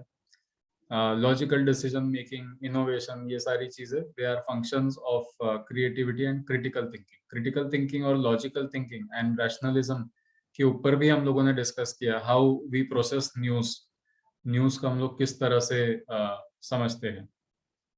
Then ethics and human and constitutional values. तो जैसे empathy हो गया, respect for others हो गया, cleanliness, courtesy, democratic spirit of service, respect for public property, scientific temper, liberty, responsibility, pluralism, equality and justice. ये जो बड़े बड़े भारी भारी कंसेप्ट्स हम लोग जो नॉर्मली नजरअंदाज करते हैं, क्योंकि हम लोग ये सोचते हैं कि बहुत these are for people who are of a certain level in the society, वो देखेंगे ये सब चीजें. अरे these are the things that make a person of a high level society. अगर ये सब चीजें है किसी के पास में तो उसे सोफिस्टिकेटेड माना जाता है, तो उसे अपर लेवल ऑफ सोसाइटी में गिना जाता है. It is not the other way around कि आप वहां पहुंचने के बाद ये सब चीजें सीखते हैं. ये सब सीखने से आप वहां पहुंचते हैं. This is very important to understand. Promoting multilingualism and the power of language in teaching and learning. इसके ऊपर हम लोग बात करेंगे बिकॉज इसके ऊपर there is a lot of confusion based on what this NEP says. Life skills such as communication, cooperation, team work, resilience, इसके ऊपर भी हम लोगों ने काफी डेप्थ में बात की है. Focus on regular formative assessment for learning rather than summative assessment that encourages today's coaching culture. जो अभी का करंट असेसमेंट टेक्निक है, दैट इज अबाउट टेस्टिंग कि आपको ये याद है क्या, वो याद है क्या, ऐसा असेसमेंट है. जो आगे जाके जो असेसमेंट्स होंगे वो कुछ ऐसे होंगे कि ये सवाल का जवाब लिखते लिखते मुझे बहुत सारी चीजें, नई चीजें समझ में आ रही है, इसका जवाब देते देते मुझे और नॉलेज मिल रहा है. It is formative. ओके. अगर फॉर्मेटिव असेसमेंट्स रहे तो ऑटोमेटिकली कोचिंग कल्चर खत्म हो जाएगा, क्योंकि कोचिंग कल्चर जो है, ट्यूशंस का कल्चर, कॉम्पिटिटिव एग्जाम्स का कल्चर, वो इसी के आधार पे बना है कि कौन ज्यादा मार्क्स ला सकता है. कौन ज्यादा मार्क्स ला सकता है मतलब कौन ज्यादा सही आंसर लिख सकता है. फॉर्मेटिव असेसमेंट में सही आंसर क्या है ये समझना इतना आसान नहीं है. It is very difficult to understand के अगर किसी ने आपको बोला कि इंडिया के डेमोक्रेसी के ऊपर अपनी राय बताइए, या डेमोक्रेसी के फिलोसफी के ऊपर अपनी राय बताइए, how will you know what is the right answer, what is the wrong answer? Unless and until वो लिखते लिखते आप या वो पढ़ते पढ़ते आपको समझ में आता है कि अरे इसको डेमोक्रेसी का मतलब ही नहीं समझा. So even in that case वो तो उसका ओपिनियन पीस है ना, वो से उसके थॉट्स को शेयर कर रहा है. So there is no right और wrong answer, but at the same time वो उसके वजह से डेमोक्रेसी की अंडरस्टैंडिंग ज्यादा क्लियर हो सकती है, खुद के थॉट प्रोसेस की, फिलोसफीज की ज्यादा प्रोसेस क्लियर हो सकती है. इफ आई से कि एब्सोल्यूट इक्वालिटी रहनी चाहिए, तो एब्सोल्यूट इक्वालिटी मतलब क्या? Are human beings really born equal? What does equality mean? If we are born equal तो that means we are all clones of each other. हम लोग सब एक ही, we are basically biologically just one person and सब लोग एक जैसे ही है, but that is not true. So does equality really exist? तो ये सब, इन सब चीजों के बारे में जो सोच है वो they will become more clear and knowledge will be formed, not destroyed, not tested, not vomited on paper.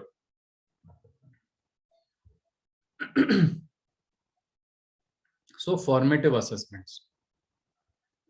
Extensive use of technology in teaching and learning, removing language barriers, increasing access for Divyang students, and educational planning and management.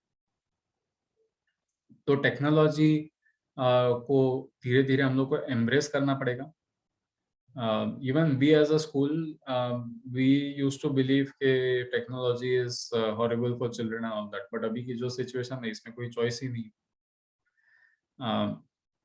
Screen time को manage करना पड़ता है. Manage करना पड़ता है इसका मतलब ये नहीं है कि उसके कॉन्स, मतलब उसके जो साइड इफेक्ट्स है, बैड इफेक्ट्स है, वो चले गए. इसका मतलब ये भी नहीं है कि वो पूरी तरह से टेक्नोलॉजी अच्छी ही है. It has its pros and cons just like everything else. Book बनाते समय भी तो पेड़ काटना ही पड़ता है ना. तो just like that we need to manage both sides. We need to figure out a good balance between both the things. Books को भी मैनेज करना पड़ता है. We have to tell the parents के जो पिछले साल की जो खाली बुक्स है उसके पेजेस सारे इकट्ठा करके अगर एक बुक बना सकते हैं तो एक बुक उसकी बना लीजिए and use it for one of the subjects the next year. तो इसी तरह से we have to keep moving forward. So technology को भी हम लोगों को एम्ब्रेस करके आगे बढ़ना है. Respect for diversity and respect for the local context. this also we have discussed here and there. तो करिकुलम, पेडागोजी, पॉलिसी, ये सब हम लोगों को इस हिसाब से एक्सप्लोर करना है, इस हिसाब से डिलीवर करना है, ताकि कॉन्करेंट सब्जेक्ट्स पर ध्यान दिया जाए. कॉन्करेंट मतलब अभी. Cone means common. कॉन्सेंट्रिक बोलते हैं हम लोग. तो 2 सर्कल्स का सेम सेंटर होना. देन कॉन्करेंट मतलब 2 इंसिडेंट्स का एक साथ होना. सो दैट मीन्स हम लोग जो सिखा रहे हैं एंड जो अभी सिचुएशन हो रही है, they should match, they should be moving together. ऐसा नहीं होना चाहिए कि हम लोग अभी भी 50 साल पहले का ही नॉलेज पढ़ा रहे हैं. We need to figure out what is the current situation. जो हम लोग सिखा रहे हैं वो सच में ऐसा है क्या? केमिस्ट्री के बुक में भी ऑफन सी कि जो एटम है वो न्यूक्लियस सेंटर में बताते हैं, उसके पीछे उसके बाजू में 2 इलेक्ट्रॉन, फिर बाद में उसके बाद में और 6 इलेक्ट्रॉन, फिर बाकी के 10 इलेक्ट्रॉन. ऐसे जो नंबर्स है, सॉरी 8 इलेक्ट्रॉन है. हाँ. So this concept has been thrown away a long time ago. Right now what is more accurate is the molecular orbital theory, quantum theory, Planck's theory. ये सारे जो है इन सब चीजों को किस तरह से बच्चों को एक्सप्लेन करना ताकि वो अपने लेवल पे समझ सके, so that we are not passing on wrong knowledge to them या outdated knowledge to them. ठीक है, आप वैलेंसीज के लिए या रिएक्शन के लिए आप उसे इस तरह से समझाना चाहे तो समझा सकते हैं, but then if the child doesn't understand how an atom works in space, 3D model वगैरह में वो कैसे इंटरेक्ट करता है, वो अगर बच्चे को नहीं समझ में आता है तो वो आगे के इक्वेशन समझेगा ही कैसे? वो केमिस्ट्री की ब्यूटी समझेगा ही कैसे? Why is benzene a ring? Why not a twisted ring? कुछ भी बन सकता था, but it is a hexagonal ring. Why? तो केमिस्ट्री के पीछे भी there is a lot of beauty, but the child won't understand it if you teach them the wrong concept. So the knowledge should be concurrent, not outdated. अभी जो है उसके हिसाब से. Full equity and inclusion. हाँ, concurrent का कल भी हम लोगों ने जो एग्जांपल लिया था about domestic and domestic animals, wild animals, इस हिसाब से भी, so that also would be concurrent, because उस बच्चे के लिए जो मूवी में जो बच्चे की बात कर रहे थे हम लोग, उस बच्चे के लिए a concurrent piece of knowledge was the fact that he had hyenas in his home. He had tigers, a tiger at their home. He had snakes. He had so many different creatures. So concurrent knowledge for him was domestic knowledge. Domestic animals are all these things. So ये सब चीजें हम लोग को ध्यान रखते हुए आगे बढ़ना है. Full equity and inclusion as the cornerstone of all educational decisions to ensure that all students are able to thrive in the education system. Equity मतलब जो हम लोग डिस्कस कर रहे थे कि कुछ लोग हैं जिनको ज्यादा मदद की जरूरत होती है, कुछ लोग ऐसे हैं जिनको कम मदद की जरूरत होती है. तो ये ध्यान में रखते हुए हर किसी को बस उतनी ही मदद करनी चाहिए, that is enough for them to gain a footing. क्योंकि उससे ज्यादा आप मदद करेंगे तो वो बच्चा हैंडीकैप्ड हो जाएगा, आगे जाके उसे खुद के पैरों पर खड़े रहना आएगा ही नहीं. So it is necessary to help the people only as much as they need it. So full equity and inclusion. हर किसी को उतना हेल्प करना जितनी उनको जरूरत है. ऐसा नहीं कि 5 लोगों को किया, 6वें को नहीं किया. So you have to be inclusive. हर किसी को समझते हुए आगे बढ़ना है. एंड एजुकेशन के सारे डिसीजंस इस सेंटर से आने चाहिए. Synergy in curriculum across all levels of education. तो just because you are in early childhood, मतलब preschool, just because you are in primary, just because you are in college, that does not mean कि आपका early childhood वाला education और आपका college का education के बीच में कुछ relation ही नहीं है. There has to be synergy, there has to be some connection, there has to be some direct relation. So okay, so I think this is the perfect time to discuss this part. So जो NEP है या कोई भी जो education policy है, जो पिछली भी नेशनल एजुकेशन पॉलिसी थी, पॉलिसी के बेसिस पे फ्रेमवर्क्स तैयार होते हैं. I'll see if I have a diagram for this. Just give me a second.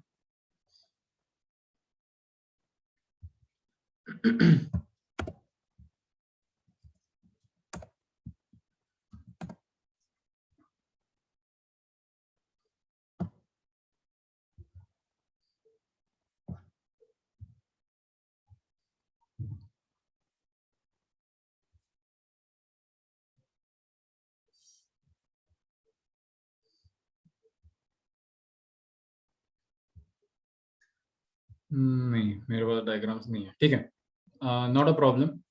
So basically ये जो NEP आया है, NEP के बेसिस पे we'll have frameworks.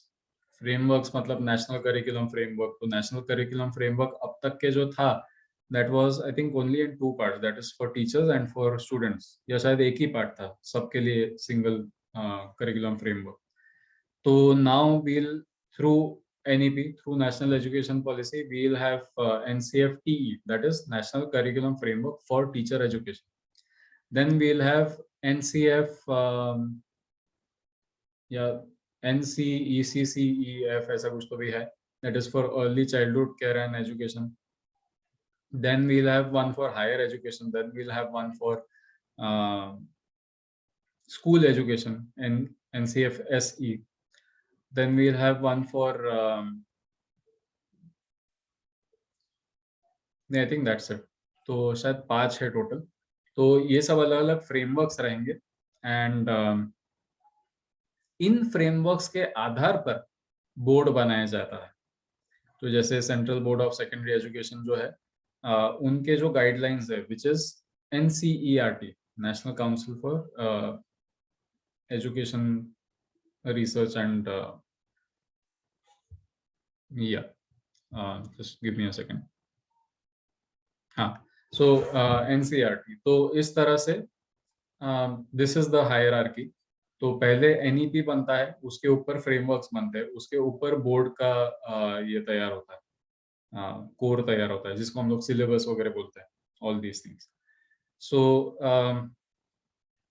if any board does not follow the framework, so then that board is considered as not accepted by the government. Not accepted nahi, yeah, it is not officially recognized by the government. It does not mean it is rejected, but official recognition nahi hota hai usme. So for example, अगर ICSE, which is a private board, वो अगर कुछ points पे NCF के साथ में, national curriculum framework के साथ कंप्लाई नहीं करता है, तो then that board would be considered as something that is not recognized by the government.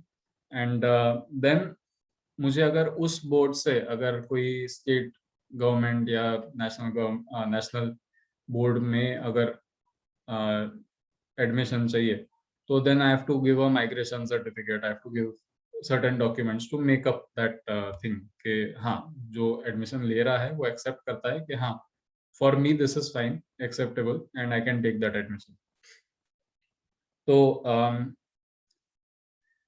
that is how these documents work. तो अभी frameworks बन रहे हैं, they are being prepared so that the board, the syllabus can be prepared. Now synergy in curriculum, तो इसी तरह से होगा कि first they will see the need of the generation. उस हिसाब से जो हायर एजुकेशन का फ्रेमवर्क है वो पहले तैयार होगा. उस नीड के लिए स्कूलिंग कहाँ तक एंड होना चाहिए, तो देन सेकेंडरी एजुकेशन का बाद में तैयार होगा. फिर सेकेंडरी एजुकेशन देखने के बाद में जब हम लोग देखेंगे कि this is where the secondary education stops and the college education begins, तो उस हिसाब से हम लोग को देखना पड़ेगा कि एजुकेशन शुरू कहाँ से होता है।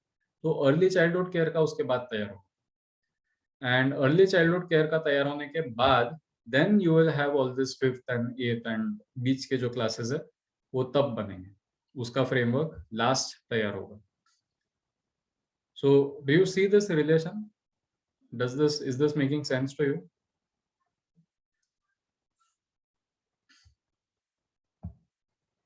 ये सिनर्जी कैसे लाने की कोशिश की जा रही है?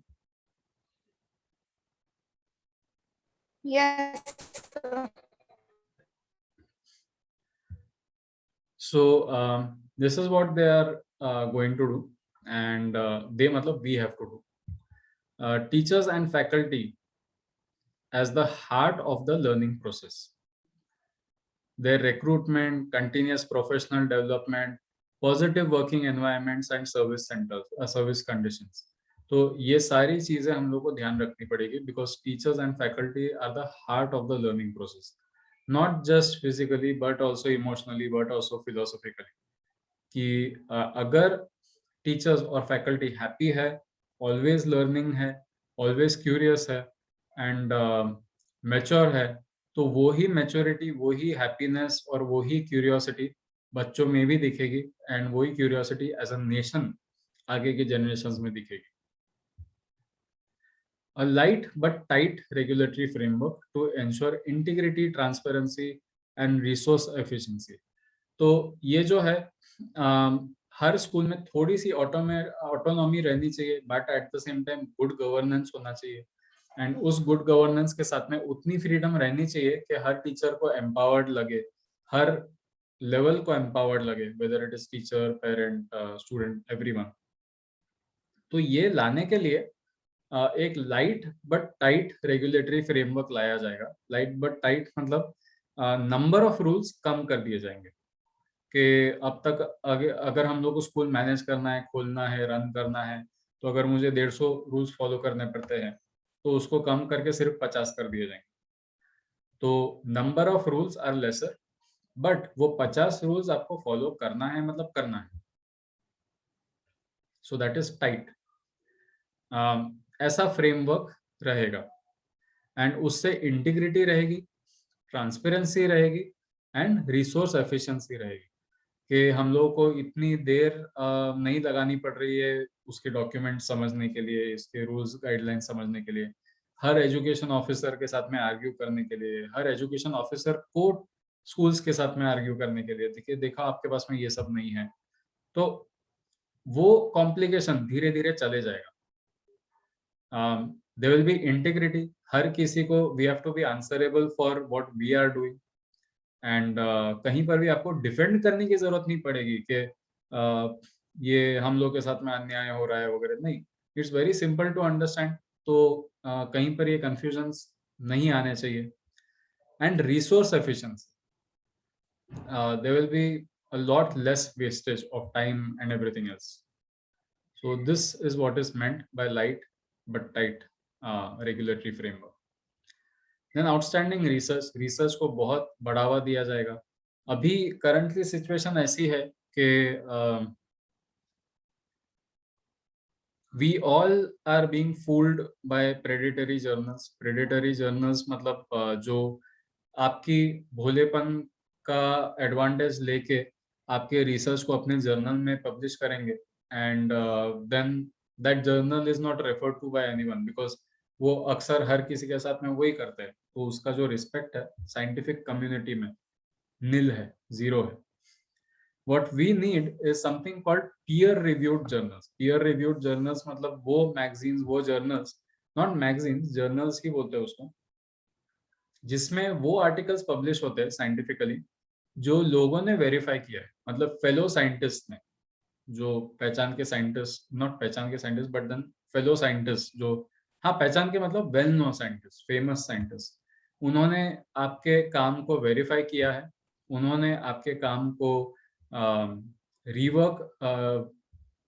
रीपरफॉर्म करके टेस्ट किया है कि आपने जो रिजल्ट्स डाले हैं कि आप अगर बोलते हैं कि मेरा जो मैंने जो एक फंगस देखा है, this fungus is a new species, इसके पहले कोई रिपोर्ट नहीं है, तो दे विल चेक उसको माइक्रोस्कोप के नीचे, उसको genetically they will check the genes, they will check the chromosomes, सब कुछ चेक करेंगे।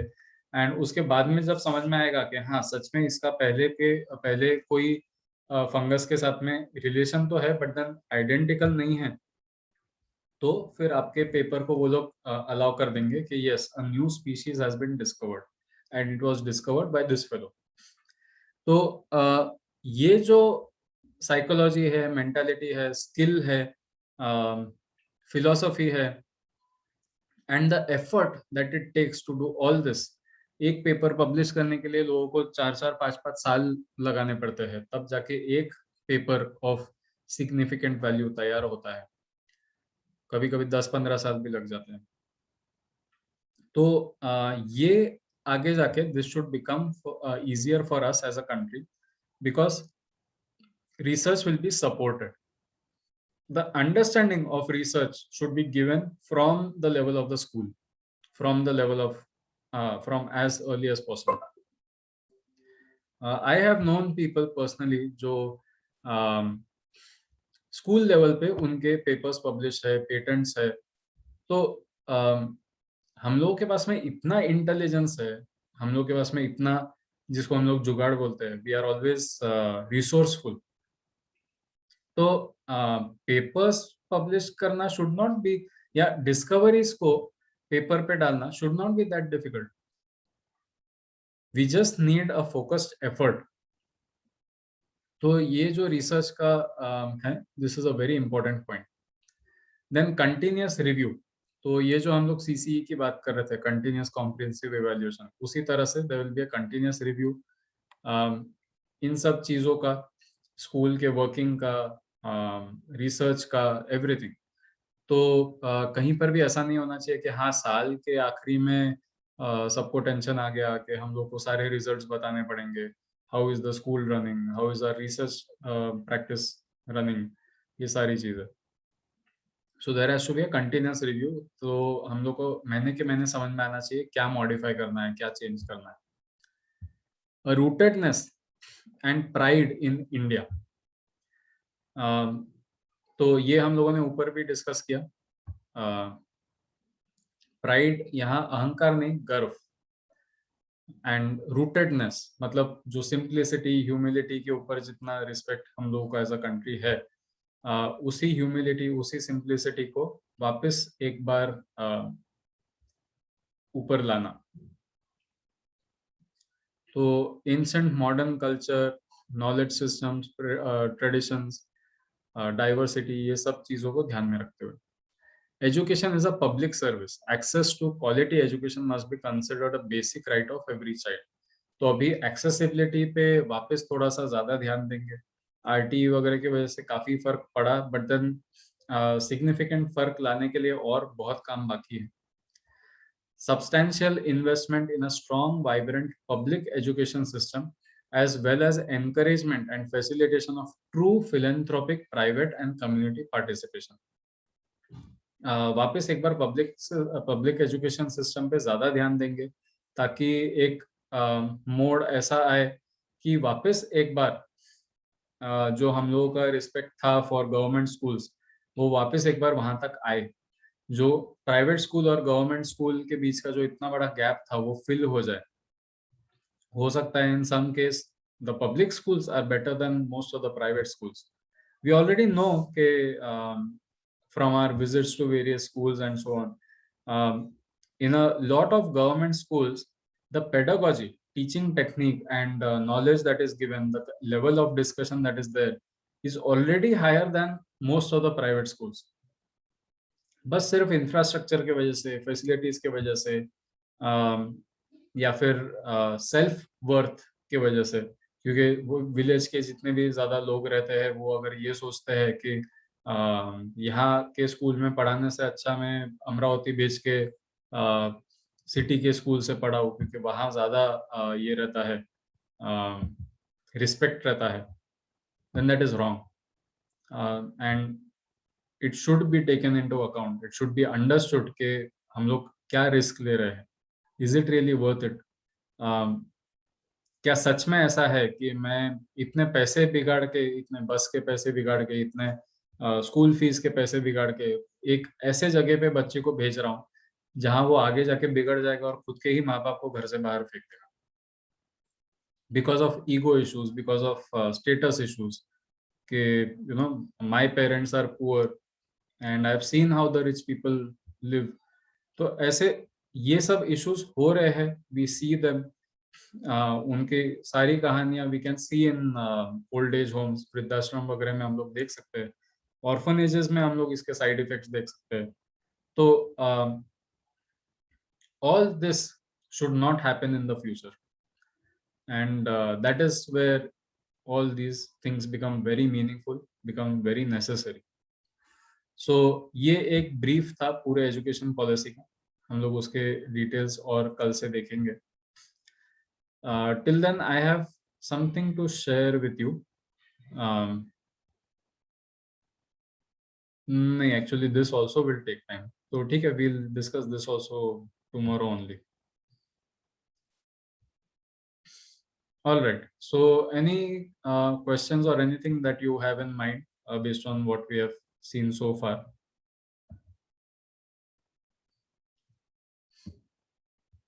इतना सारा है, कब तक होगा वगैरह, ऐसा कुछ है किसी के मन में? No, sir. I am getting all the points. Okay.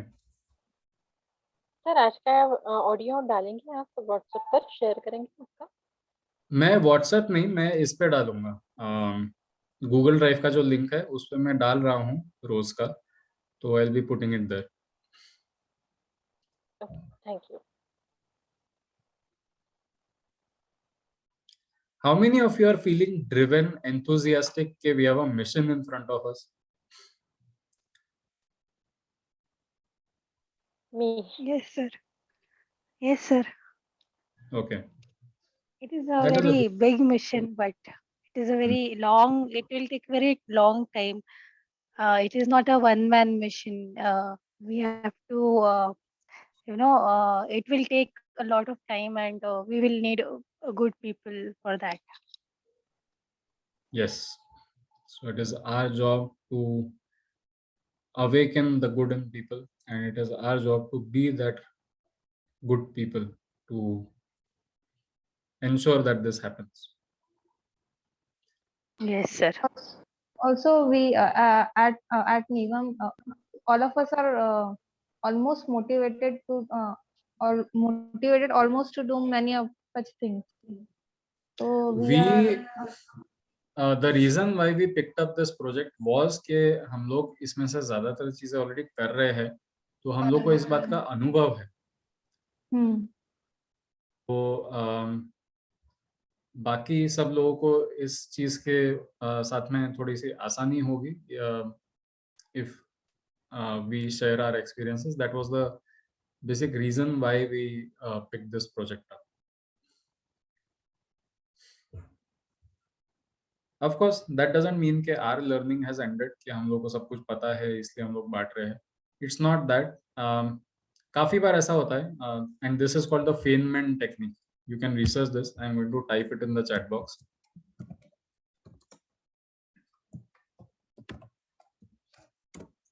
Feynman technique, and Feynman technique के ऊपर भी मैं एक दो वीडियो लिंक्स भी भेजूंगा व्हाट्सएप ग्रुप पर. तो फेनमैन टेक्निक ये बोलती है कि अगर आपको किसी चीज को सच में समझना है, सच में सीखना है किसी चीज के ऊपर, and you have to ensure, you want to ensure that you have understood something, तो उसे किसी और को सिखाओ, किसी और को समझाओ, एंड उसे अगर बिना कंफ्यूजन के वो बात समझ में आ गई, तो देन यू कैन अज्यूम कि मुझे कुछ सिग्निफिकेंट लेवल तक ये बात मुझे भी समझ में आई है.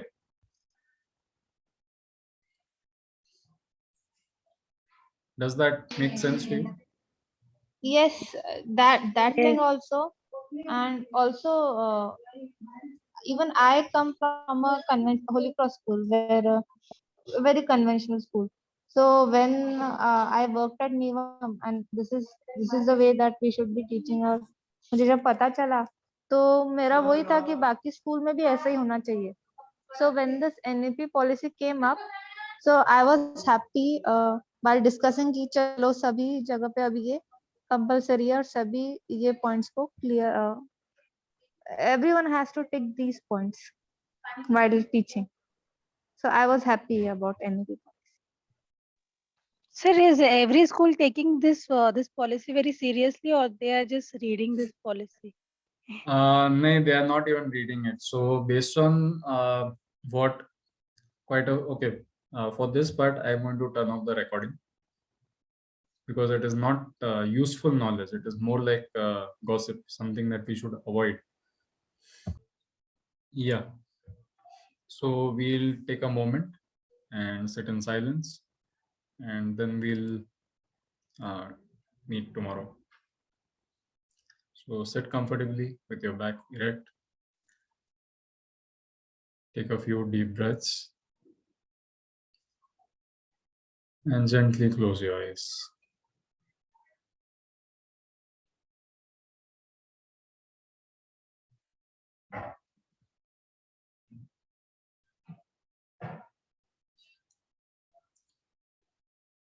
Relax yourself.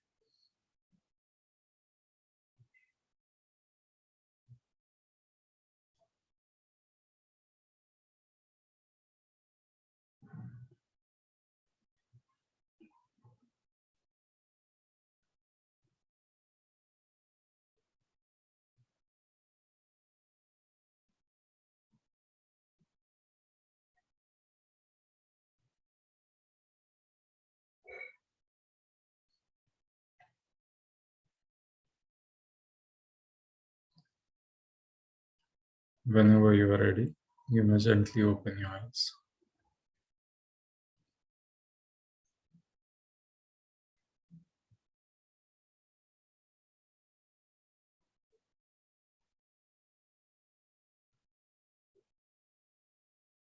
Thank you. See you all tomorrow. Bye everyone. Bye everyone. Thank you. Bye. Thank you. Bye, sir. Bye. Bye. Done. Bye. Thank you, sir. Bye, everyone.